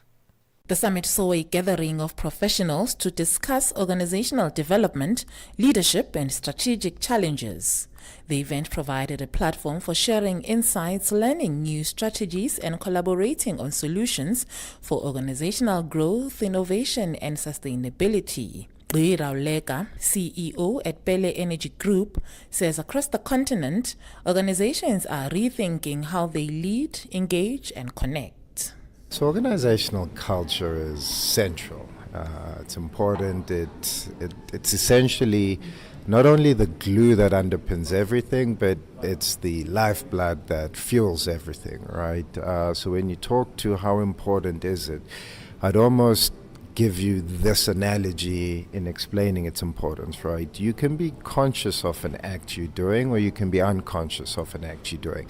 But either way, you suffer the consequences of that action, all right? An organizational culture is probably that one thing that organizations ignore at their detriment, right? You focus on profit, you focus on strategy, you focus on human resources, and all of those things in and of themselves will yield an outcome. But that outcome won't be the outcome you want unless those key variables are embedded with a consciously structured organizational culture which is fit for the outcome you want. Dr. Pepe Marais, co-founder of Joe Republic, says organizational culture is the shared values, attitudes, and practices of any organization. My narrative will always be to build culture around the power of one word, authentic essence. I mean, the speaker that just spoke after me, their word is empower. So they're a power company, but they actually want to empower communities with knowledge and with power. So I think the idea of building culture on one word, one authentic word at the heart of the business. The summit heard that one way of defining organizational culture is by the shared belief, expectations, language, customs, habits, and attitudes of its employees. Stian Pinar, head of people at Ocean Basket, says the biggest driver of culture is people living the culture. If it doesn't start from the leaders, it is very unlikely to trickle down to crew. And it can't come from bottom up, it is absolutely from top bottom. everybody. It's not even up down, it's everybody in the company that needs to live it. First edition of the Culture Summit. I can't believe that there hasn't been previous ones focusing on culture. I think it is an incredibly topical conversation, and the turnout, it shows the absolute need for this conversation to happen. So Happy Sandpit has done an incredible job.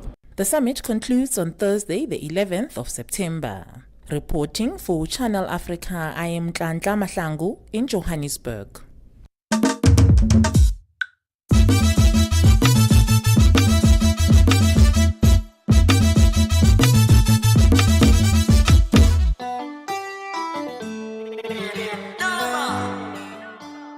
Eight o'clock Central African time it is. Let's enter now the third and final hour of Rise and Shine on this Thursday. It's the 11th of September, and we are coming live to you from our studios in Johannesburg, South Africa.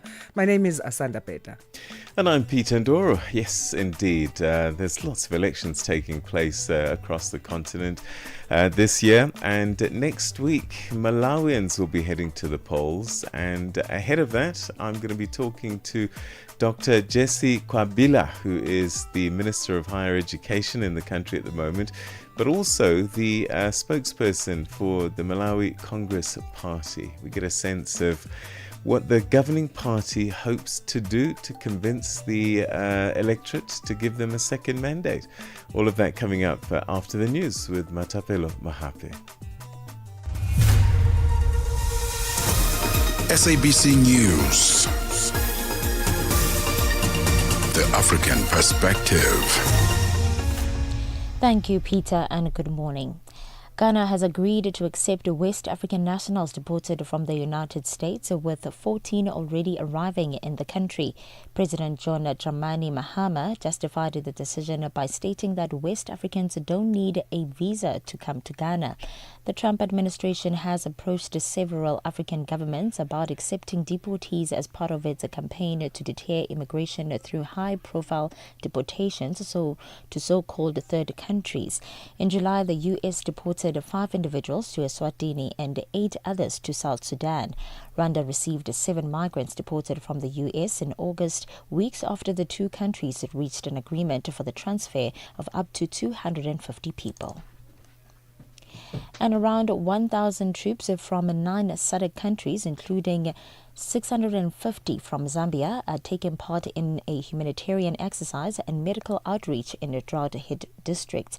The Operation SADC Blue Lugwasho 2025 is part of the bloc's rotating Standing Aviation Committee activities.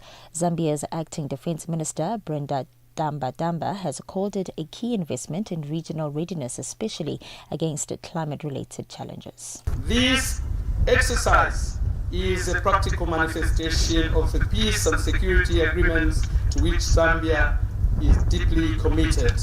These include the SADC Protocol on Politics, Defense and Security Cooperation, the African Union's Peace and Security Architecture, and the United Nations Charter.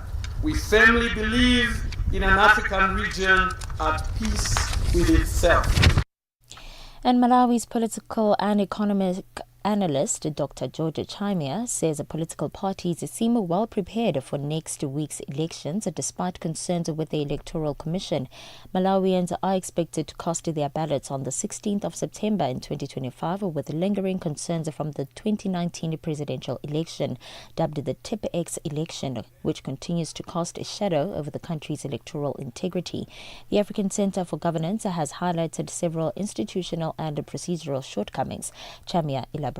So I would say that everybody seems to be well prepared. We have seen MEC bringing in the ballot papers and distributing them in different target polling centers so that when Tuesday comes, everything should be in place and no unnecessary delays or inconveniences are caused that can mar the credibility, fairness, and transparency of this election. On to this now. South Africa's National Prosecuting Authority will tomorrow enroll the opening of the inquest into the death of anti-apartheid activist and Black Consciousness Movement founder Steve Biko, who died 48 years ago on the 12th of September after he was allegedly tortured by the then apartheid regime. Kenny Mapanga reports. A formal inquest was held in November 1977, which found that Biko allegedly sustained the injuries during a scuffle with the Special Branch members. To date, no one has been prosecuted for the death of Biko. The NPA in a statement on Thursday says that the main goal of reopening the inquest is to lay before the court evidence that will enable the court to make a finding as to whether the death was brought about by any act or omission which prima facie involves or amounts to an offence on the part of any person. And Qatar has responded angrily to a suggestion by the Prime Minister of Israel that further attacks could be carried out against Hamas officials in the country unless they are expelled. Benjamin Netanyahu warned that Qatar was harbouring terrorists who should be brought to justice. The BBC's Grant Ferret has the details. Nearly 48 hours after Israel's airstrike in Qatar, there's still no word that any of Hamas's top leaders were killed. Mr. Netanyahu is now telling the government in Doha that if it doesn't expel the Hamas leadership, Israel will, as he put it, bring them to justice. Qatar's foreign ministry described the comments as reckless. It said Israel was fully aware that Qatar was hosting Hamas officials within the framework of mediation efforts at the request of the United States and Israel. The foreign ministry said it was Mr. Netanyahu who should now be held to account.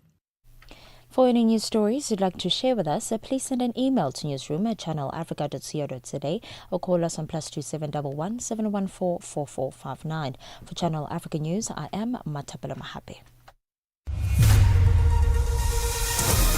SABC News. The African Perspective. And coming up in your sports news this hour, Manchester City will be without Omar Mamosh for Sunday's Manchester derby, while CAF's 47th Ordinary General Assembly will be held in Kinshasa in the Democratic Republic of Congo. We'll tell you why at the bottom of the hour. Wake up, Africa. Peter Ndoro and Asanda Beda are here to help you rise and shine. Weekdays, 6 till 9 a.m. Central African Time. Only on Channel Africa. Now, Malawians go to the polls next week in a high-stakes general election where citizens will choose a new president and 229 members of parliament. And this comes 5 years after the country's 2019 election was annulled by the Constitutional Court due to widespread irregularities in a landmark decision that overturned the victory of the then-president Peter Mutharika. So as the nation prepares, questions remain over voter registration gaps, public mistrust in the Malawi Electoral Commission, and allegations denied by the authorities of state-sponsored violence, manipulation and intimidation. Well, joining us now is Dr. Jessie Kwabila, who's Malawi's Minister of Higher Education and spokesperson for the Malawi Congress Party, to outline her party's core priorities in this campaign and how they plan to respond to the concerns of ordinary Malawians. Minister, thank you very much indeed for joining us. Good to talk to you again here on Channel Africa. Thank you very much. The pleasure is all ours. From Malawi Congress Party, we are very happy to be here, very honored to be in this space. So how confident are you that this year's polls will be credible and free from any irregularities that marred the last elections? We are very, very confident. I think the first thing that I want to emphasize is our confidence comes from the reason that we are a government that has, or a party in government that has made sure that the electoral body, Malawi Electoral Commission, is constituted following the laws. I know there's been a lot of talk, but we've got a lot of confidence. People must remember that when people talk about what's happening in Malawi, you need to know who you are talking to. When you are talking to a party that presided over the theft of elections last time, they are not going to give a good picture. But if you go and look at Malawi Electoral Commission, what is very clear is it was constituted following the Act that constitutes it. And on various platforms, we've asked for people to prove if anything irregular was done. The human capital leading it, the processes it has followed are all within the rule of law. So we are also confident because everything has been done transparently. We have shown people the voters' roll. When we're registering, we made it very clear. We are not responsible for the fact that opposition decided to go on a campaign to say people must not register. They went around telling people that there's a certain machine that's going to steal the election. The election has already been stolen, when it is them who have found in court to have stolen the past election. So we are very confident, especially of the fact that we are going to have elections that are credible, that are fair, that are clear. You also must remember that our opposition, especially DPP, has been openly in their uniform clad, walking around in pangas. This is an opposition team that put this country through a lot of hell and back. If you talk of the killing of albinos, they are responsible. There is a family of the Tambala family. It was burnt and they've never refused. They know. Their own members of parliament have gone on a rampage to actually call for Malay Congress Party people to be burnt alive. So look, I want to make you very, very clear, the whole world.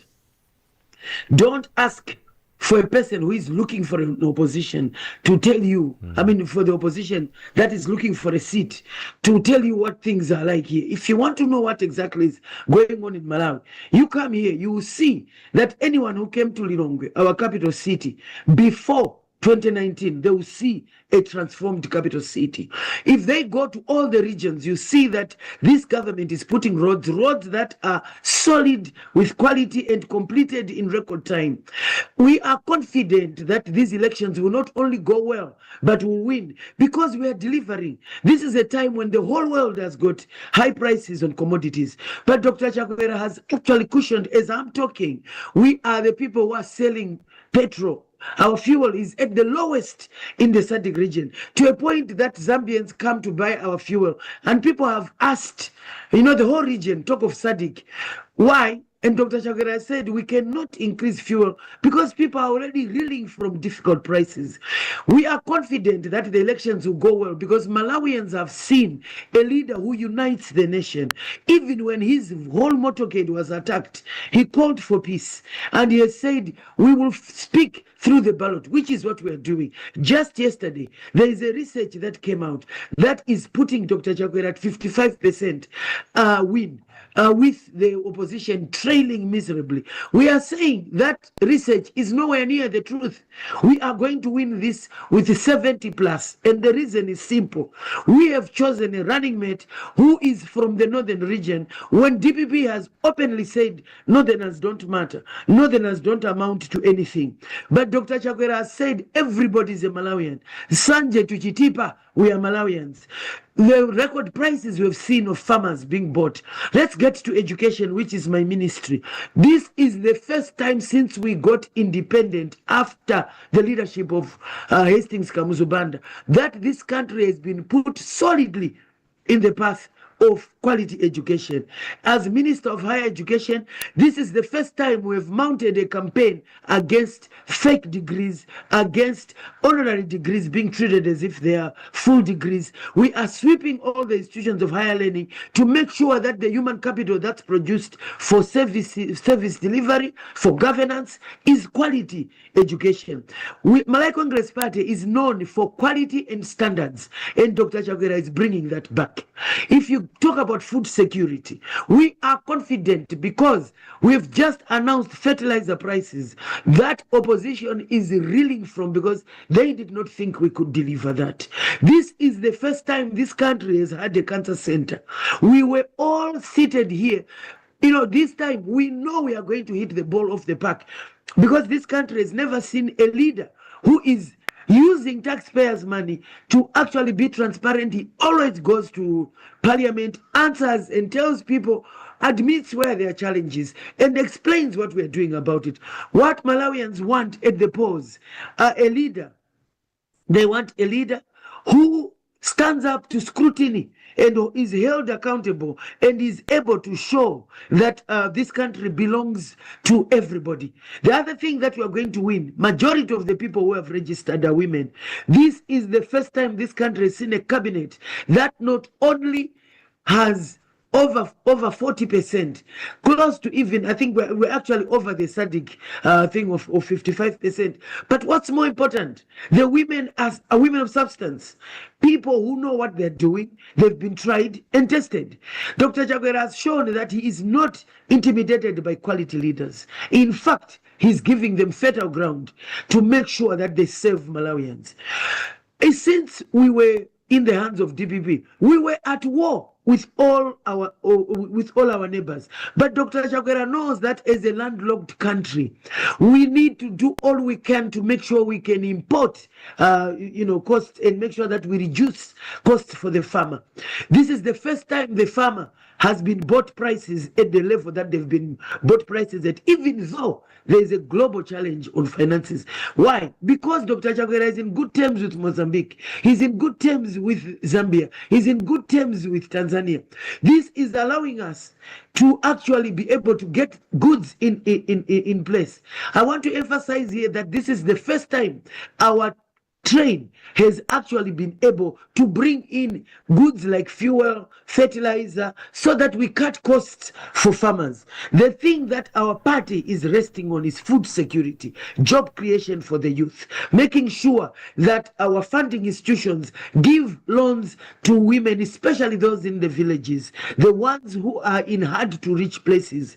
I want to assure the nation through Channel for Africa, Malay Congress Party is going to win because Malawians want a party that can understand their challenges, is committed to us without being nepotistic, one that is not violent, and we are doing everything. I don't know how many presidents could call for peace after being attacked, after their convoy, after they've lost all this. So, Minister, you've said quite a lot there, and I think quite an impressive list of promises and description of what you said you've been able to achieve. So let's start unpacking some of those issues. Let's begin with the intimidation story. You say that the opposition figures are carrying weapons and intimidating people. They're accusing your party of the same thing. So my question then is, are you fearful that there could be some kind of violence around these elections if both sides are saying that they're being intimidated? I think, let me start with the fact of saying they are also saying the same thing. I think there's a difference between people saying we think Malay Congress Party did this, and with having DPP governors, DPP MPs, high-ranking people commissioning and sanctioning violence. There is a difference when you see a party, even before we got into government, as they were a ruling party, where they preside over the death of all people with albinism and having top rank people actually implicated.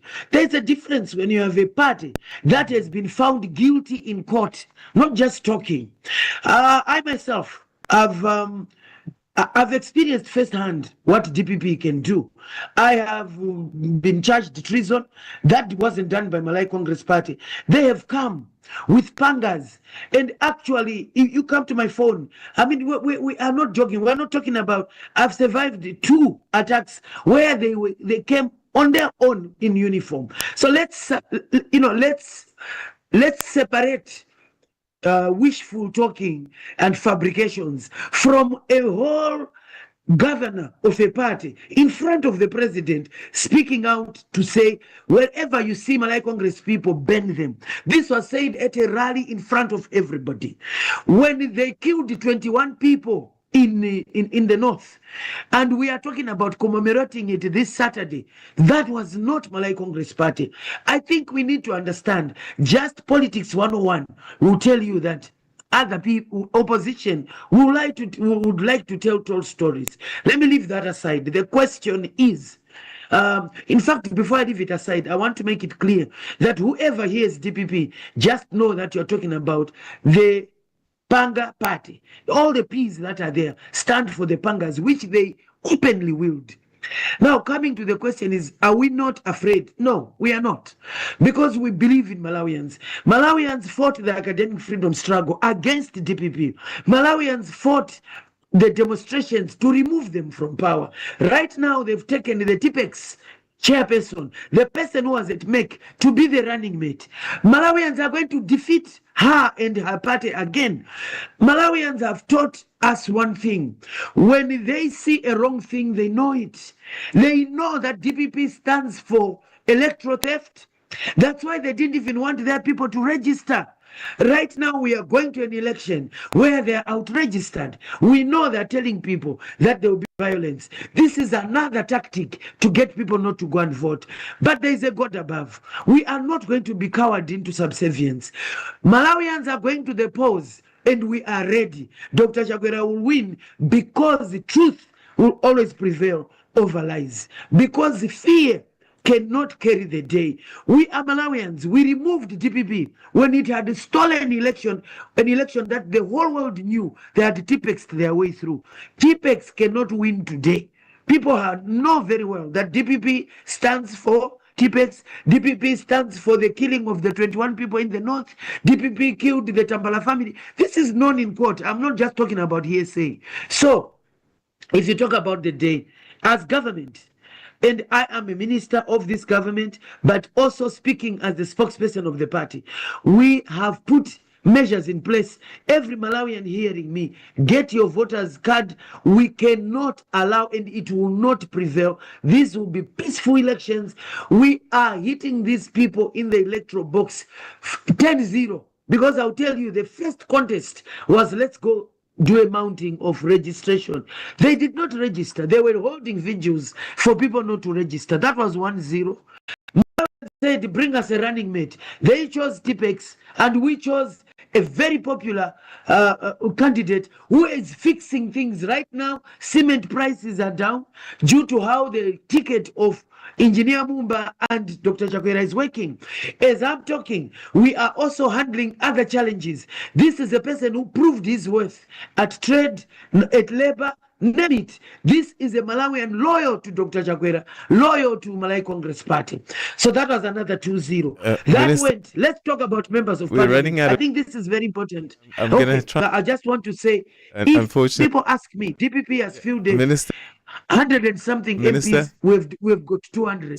So let me end by saying we are going to win. There will be no violence. We are going to vote properly, and the truth will prevail. We will win. It's not on our side. On the Sorry, I'm losing you. One of the big issues that Malawians have been complaining about is corruption. And they say that the Chakwera administration has not done enough to tackle corruption in the country. Yes. I think the issue of corruption is a concern to us all. It is even a concern to Dr. Chakwera. That's why he held the first national dialogue on corruption, and he set up committees to make sure that this is done. The approach that Dr. Chakwera has taken is to root out corruption in a systematic way. He has not taken a populist route that other people might have liked. For example, you come to the Malay School of Government, which is training service delivery. I know for sure because I was executive director there, and I am part of the people who have constituted not only its governance system, but its curriculum. The diet of teaching there is engineered to make sure that we have a grassroots approach for people to understand that when you steal medication, when you are corrupt and you don't judge cases properly, you are killing Malawians. And we have taken a grassroots approach where our curriculum, the whole diet of education is looking at this. The other thing that Dr. Chakwera has done is to fund the ACB, very, very robustly. It has never received as much funding. And we know in a democracy, you need to fund what you believe in. You go to our budget, you see that the percentage that the ACB has has received is very, very high. The other thing is he has mounted a whole campaign, one that is coordinated in all the MDAs, that actually says corruption is our worst enemy and we should do everything to get it out. I want people to understand that ending corruption is not a football match. It is not something you can do in 45 minutes. It is a process. And one of the ways that he has taken is to make sure that he puts people of integrity in position. And we are being expected as ministers from cabinet, including CEOs, everybody who is a duty bearer is expected to be transparent about what they have, what assets do they have. I think people must be fair. In the 3 years that Dr. Chakwera has been in charge, people must understand he cannot finish everything and complete it. But one thing that I will say, he has done a very commendable campaign, one that has been championed from State House and has shown political will in ending corruption. Let me emphasize, he even reached the point of stopping his own vice president from working for some time when he was implicated in the issues that were there, including a list of other people. So when people like opposition speak, I would like them to look at their own record. You are talking about a party where only a bodyguard of the president bought over I don't know how many vehicles that he had, and he was using the tipping number of the state president to buy cement, to do whatever. So I want to say to those who don't stay in Malawi, be careful who you listen to. Some of these people don't even have the moral authority to start speaking. When you're talking about a regime that presided over civil servants not even being paid for months, Dr. Chakwera has brought sanity to this. Now our service, our civil service is not only back to being well trained, they're doing induction courses, we are doing promotions. Let me remind this world, Dr. Chakwera has presided over the highest number of promotions for police, for the health sector, for education. One way to fight corruption is to make sure that the work conditions of the civil service are good, so that they are not tempted to go to do corruption. Go to our police, they've never had houses. We have had houses constructed for them. Dr. Chakwera is taking a systematic approach to fighting corruption, which is to make sure we equip our civil service, to make sure we are holding each other accountable. He himself makes sure he is held to scrutiny by Malawians. Whatever he does is done through parliament. You cannot listen to DPP, which even borrowed money behind parliament, and to this day we don't know what they did. In this year's SONA, Dr. Chakwera threw a challenge to them and said on the night he was being sworn, they stole trillions of Malawian kwacha, and to this day they've never cleared their name. As I'm talking, we've had to redo the Lakeshore Road, yet they borrowed money in that name, and that money didn't go through parliament. So I want to say, can we not have thieves talking to you? Can we not have people answering criminal charges, busy judging Dr. Chakwera's government? It is unfair, and they don't have the moral power to do this. You are talking about people who have been found guilty. I'm going to jump in again because you mentioned inflation, and you said that this was global pressures that everyone is going through. But the World Bank says that part of the problem in Malawi is your own policies. For example, monetary expansion, printing money, excessive borrowing. And this has been identified as part of the problem that's causing inflationary pressures.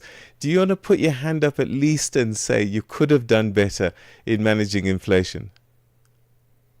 I think before I even put up my hand, I think it's very rich for the IMF to start telling us that that's part of the problem. I'm not saying we're a perfect government. No, nobody is.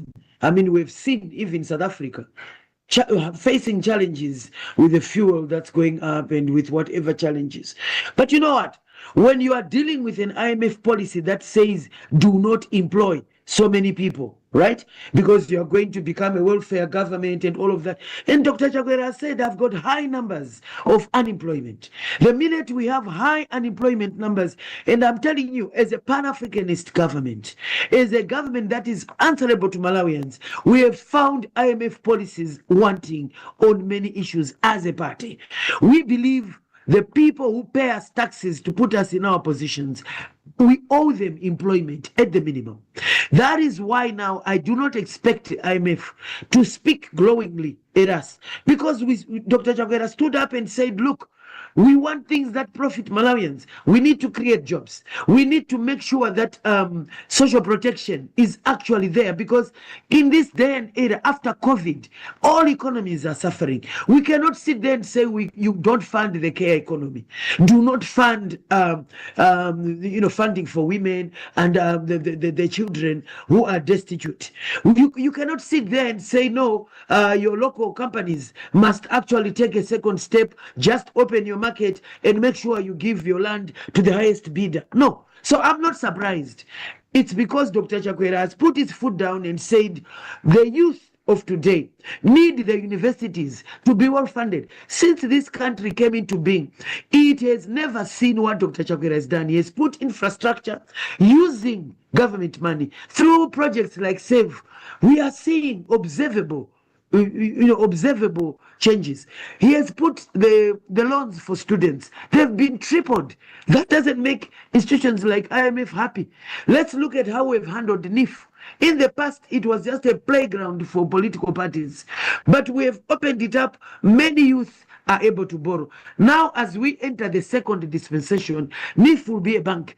This doesn't make bodies like IMF happy, because they are built on I think we need to understand Bretton Woods institutions are built on making sure that we stagnate, and they stand around and poke at holes and say, oh, you have not done this, you have not done this. When the long and short is, we stood up as a governing party through in government to say we want to put Malawians first. We want to create jobs for Malawians. We want our youth to be well trained. We want quality education. We want to make sure that the hospitals, Dr. Chakwera has put over 200 health centers on the ground with solar paneling. Yeah, so I'm not surprised with IMF, not being glowed by us. But look, we're answerable to Malawians first and foremost.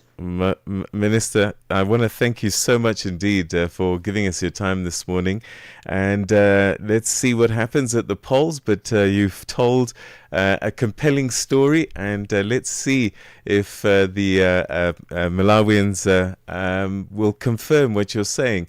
But for today, thank you so much indeed for your thoughts. Thank you so much. I think as I say goodbye to all who are hearing me, I want to assure you that start getting your outfits ready.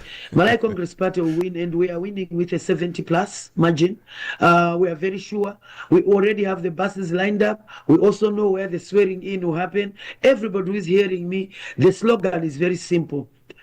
16 September, 6 o'clock, make sure you are at the polls. Dr. Lazarus Chakwera is going to carry the day. We will carry 90% of parliament and 90% of council.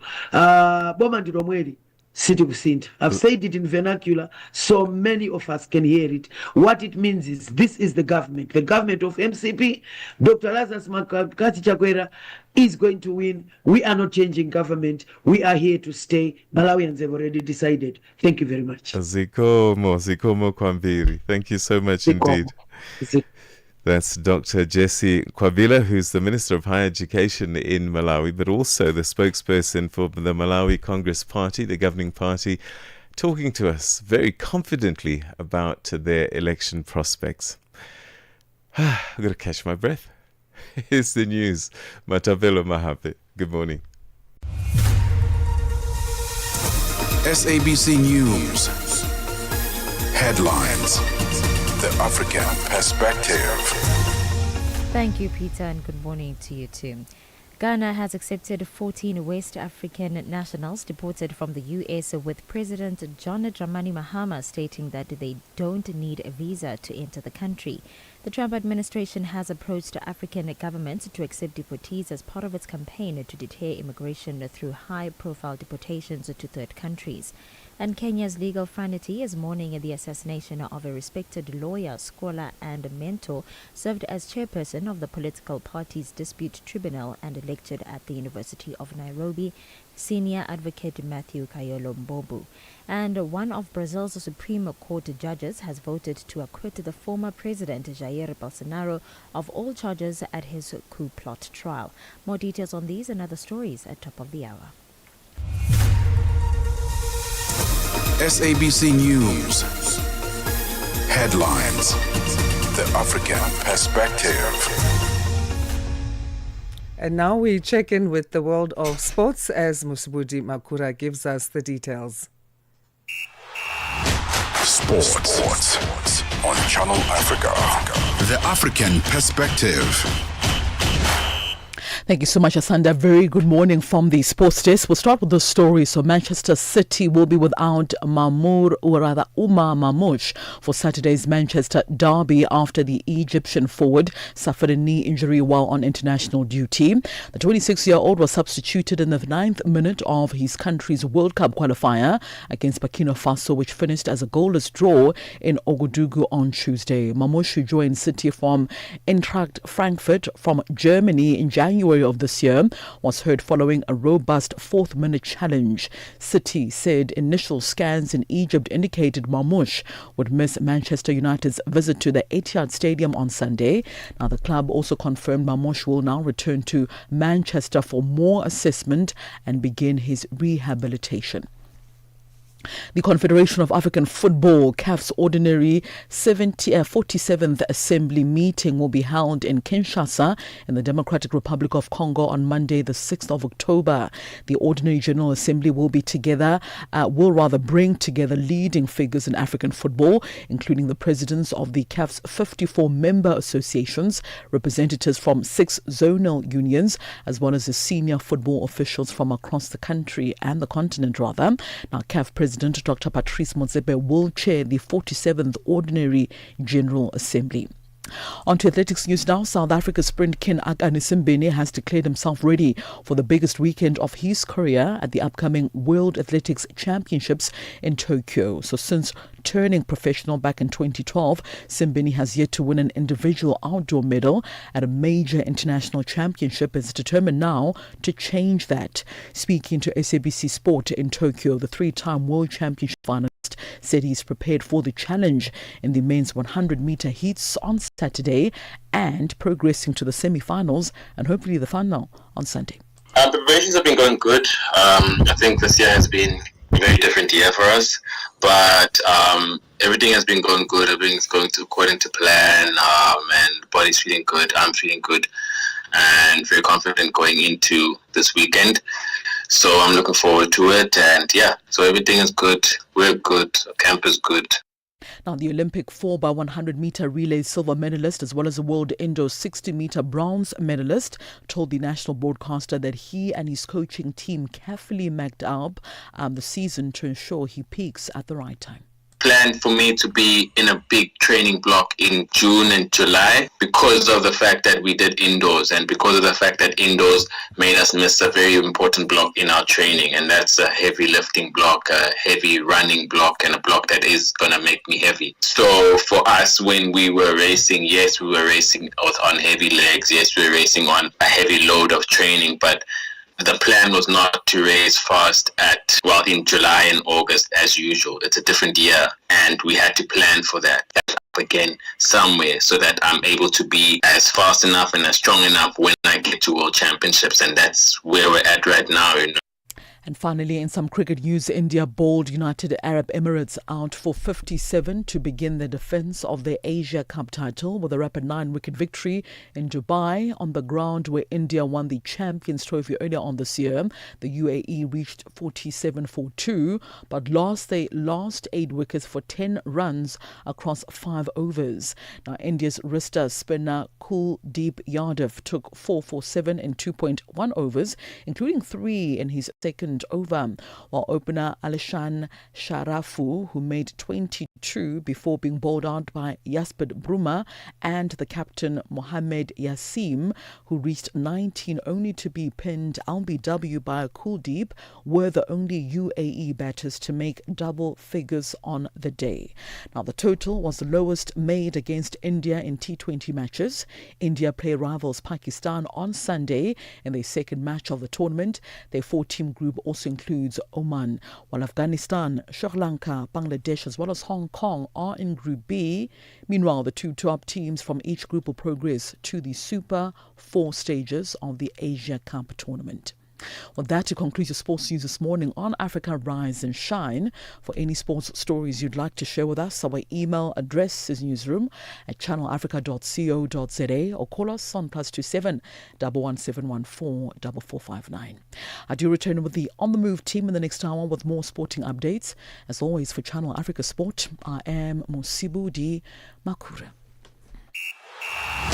Sports on Channel Africa. The African Perspective. Ukatili wa kijinsia unaharibu maisha na kutenga jamii. Hutokea nyumbani, shuleni, kazini na mara nyingi kwa ukimya. Lakini hauwezi kuendelea ukiona, ongea. Ikiwa unaumia, funguka, kwa sababu kutofanya lolote sio chaguo. Sikiliza vituo vyote 19 vya redio kuanzia Jumatano ya tarehe 23 Julai kwenye mijadala, ushauri, tamthilia, maonyesho ya elimu na mahojiano na wataalamu, manusura, watunga sheria na nchi nzima iliyoathirika na ukatili wa kijinsia kwenye vituo vyako pendwa vya redio. Piga simu 0800 428 ili kuripoti unyanyasaji au kupata msaada. GBV ikomeshwe na wewe. Ujumbe huu umeletwa kwenu na shirika la SABC. Okay, let's take a look at the world of business now. Here's Chanduko Ligege.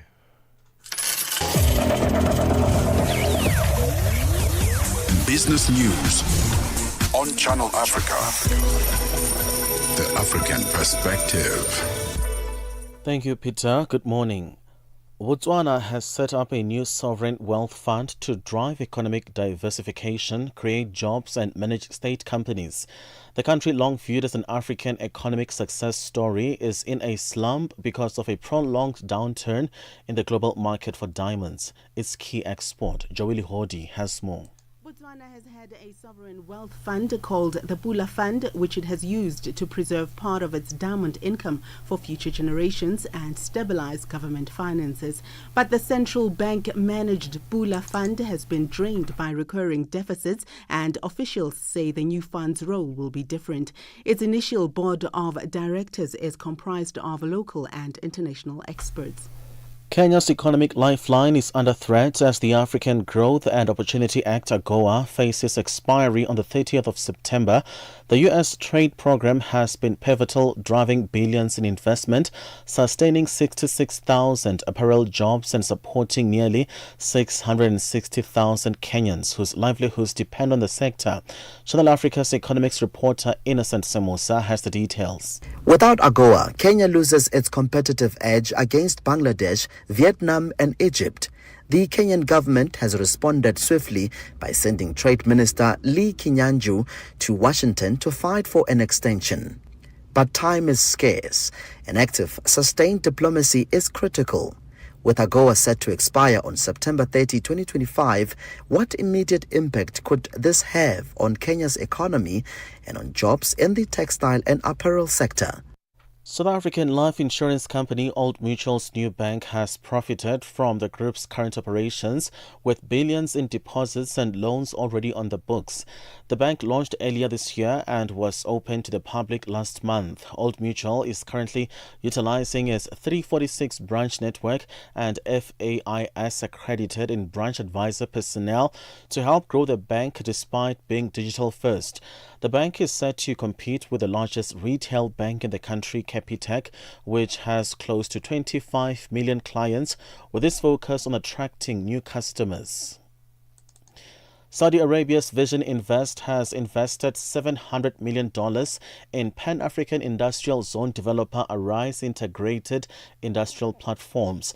The capital raise is one of the largest private infrastructure transactions in Africa to date, and the deal includes both primary and secondary components. It is the Saudi holding company's first foray into Africa, and the investment is earmarked for the continued development of what the company calls green, inclusive and sustainable industrial ecosystems. In other news, the growing policy divide between the US and the EU on Russian oil exports to India is likely to play out in a small reduction in crude flows in October. The US, the EU and G7 allies sanctioned Russian imports after Moscow's invasion of Ukraine and prohibited insurers and maritime service providers from facilitating exports to third countries unless they were below a price cap.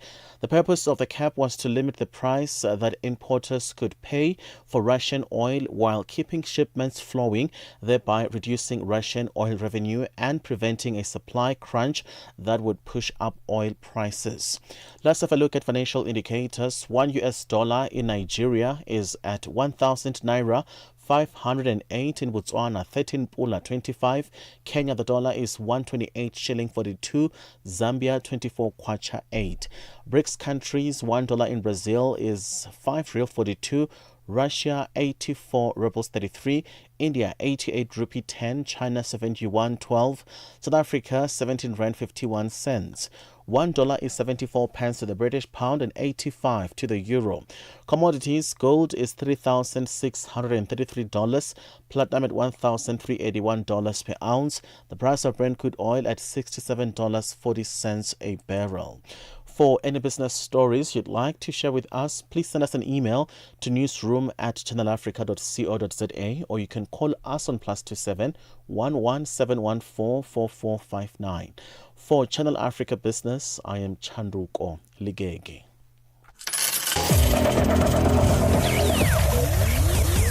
Business News on Channel Africa. The African Perspective. Good morning starts here. Rise and shine on Channel Africa.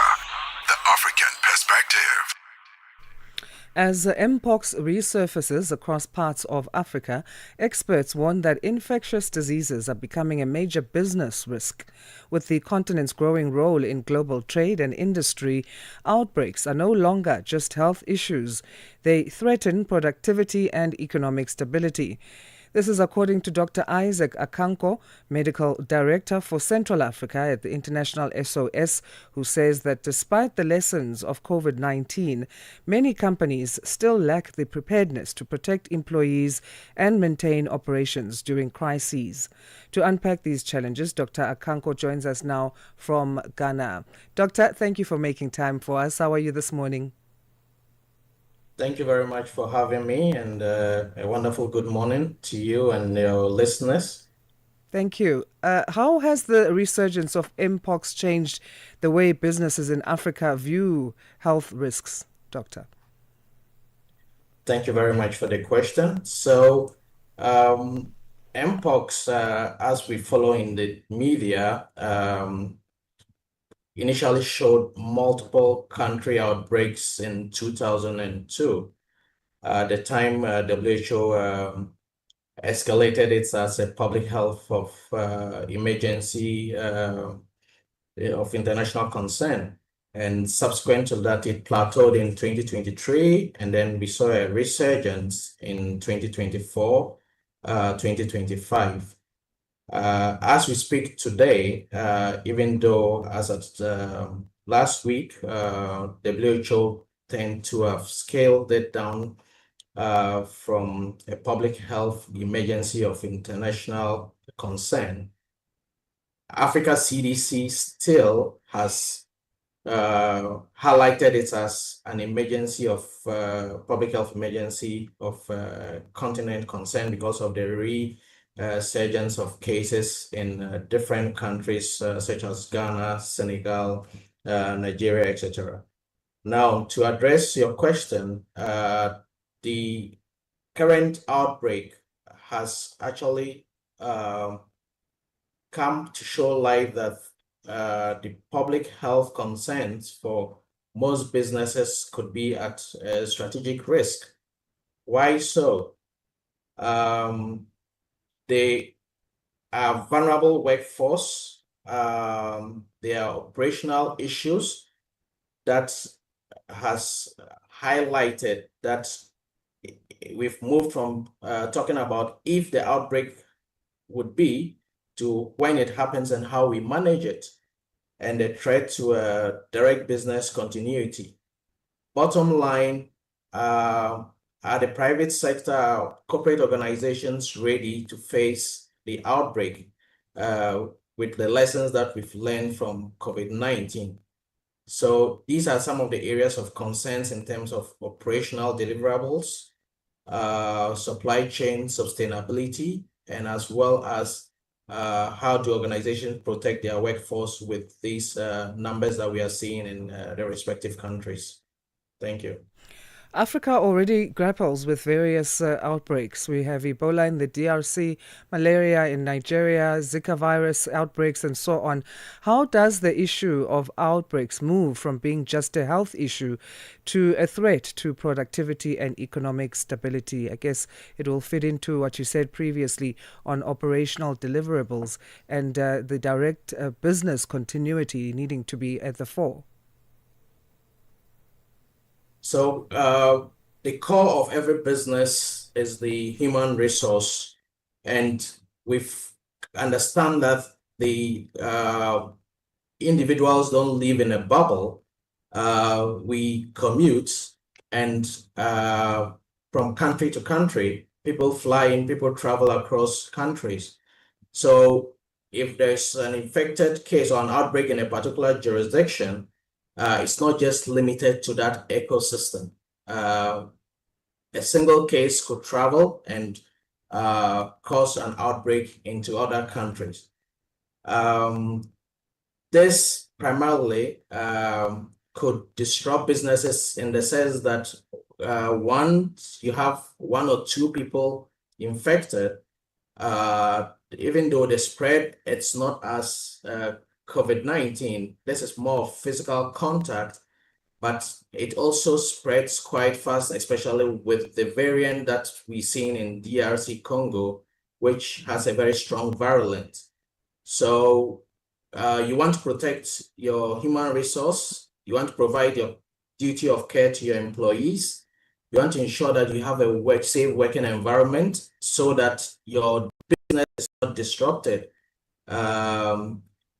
Even though till now there haven't been any travel bans, restrictions, but again, individuals that are affected or the caregivers are not able to commute and then interact with clients.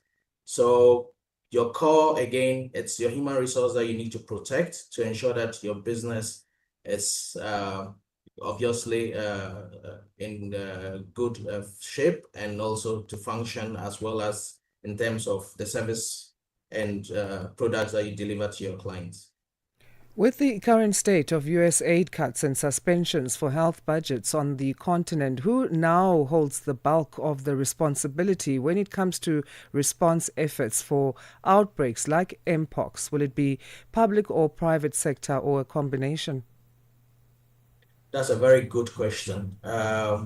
So a bulk of the donor support or the funding support now sits on respective countries that have to find resources to contain outbreaks. So this is the time that the respective countries need a private sector and corporate institutions more than ever. And amidst other donor or other bilateral countries that might come in with support. So from health promotion education activities to sensitization, training of medical professionals, ensuring that the necessary quarantine services are in place, testing, for example, for monkeypox needs PCR. The reagents needs to be available to be able to make that timely diagnosis, and as well as management of the infected cases. One of the challenges with infectious diseases is that it's not just the infected case that you look at. There is always traceability, or what we refer to as contact tracing, so that you can easily ring fence the case outbreaks. So this is the time corporate institutions need to, first of all, ensure that they are providing the necessary provisions, protocols to protect their workforce, and support support governments, respective governments, to be able to ensure that there is a safe working environment. Thank you. So what are the biggest gaps you're seeing in private sector preparedness for outbreaks like Mpox? Yeah, the most significant gaps that we've noticed as international SOS, where we provide medical solutions. We are a medical and security company, provide medical solutions for clients to help them protect their workforce, ensure that there's a good working environment for their workforce. Is that many companies tend to adopt generic global templates for their emergency response for infectious diseases. Having said that, it's important to understand that different countries, different disease processes, and different public health responses is important to consider. So lack of tailor-made protocols for corporate clients, for private sector clients, is one of the challenges that we've identified. This needs to be more purposeful, specific to the respective industry, workplace, and country. Another important challenge is early warning signs, following and picking up on surveillance in terms of outbreaks, monitoring outbreaks in various jurisdictions, and also making sure that you have a response plan in place with the respective escalations to trigger, so that you are not caught up once the numbers are overwhelming in a country. And this goes a long way to help your workforce as well, and to be able to coordinate any seamless outbreak should you have a positive case in your workspace. How do businesses shift from a reactive crisis response strategy to building long-term proactive strategies against future health threats? So it's important that businesses establish an outbreak-specific business continuity plan. This needs to have clear escalation protocols, well documented, specific for the business and the country, that interface with the respective public health sector, because most infectious disease outbreaks would usually involve the public health response of the specific jurisdiction you find yourself. Another important layer is to even drill these business continuity plans, so that you understand what the activation protocols and the interfaces, to understand that everything is in place. Aside that, who is your trusted medical partner that you would leverage on for advice, communication, obtaining trusted data, to be able to give you that guidance to do or make a real-time risk assessment. Right. Dr. Akanko, thank you so much for joining us. Let's leave it there. That's all the time we have to dedicate to this particular topic on this day. Thank you very much for having me. Our pleasure. Dr. Isaac Akanko, Medical Director for Central Africa at International SOS, joining us from Ghana. And that's the programming for this Thursday's edition of Rise and Shine. But coming up after the show is On the Move with Palesa Tau.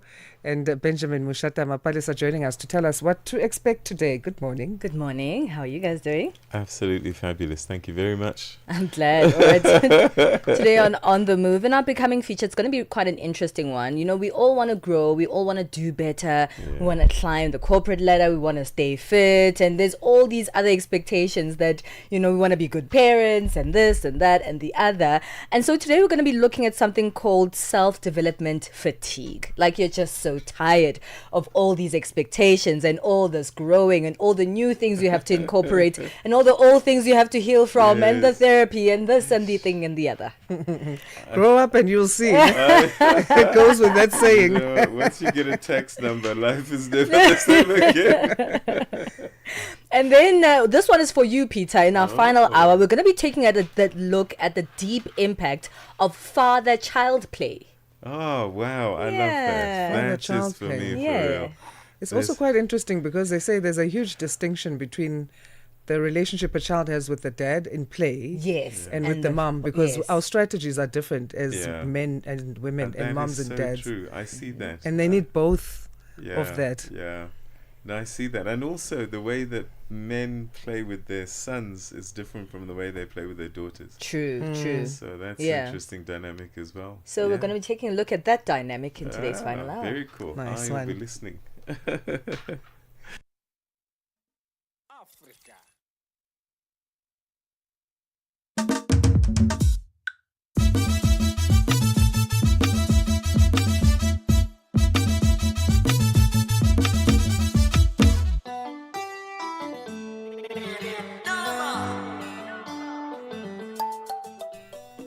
And that's how we come to the end of today's edition of Rise and Shine. I'm Peter Ndoro. I'm Asanda Beda. Goodbye from us. We'll be back tomorrow, 6 till 9. It's time to hand you over to the news desk now at 9 o'clock Central African time. Here's Matapelo Mahape.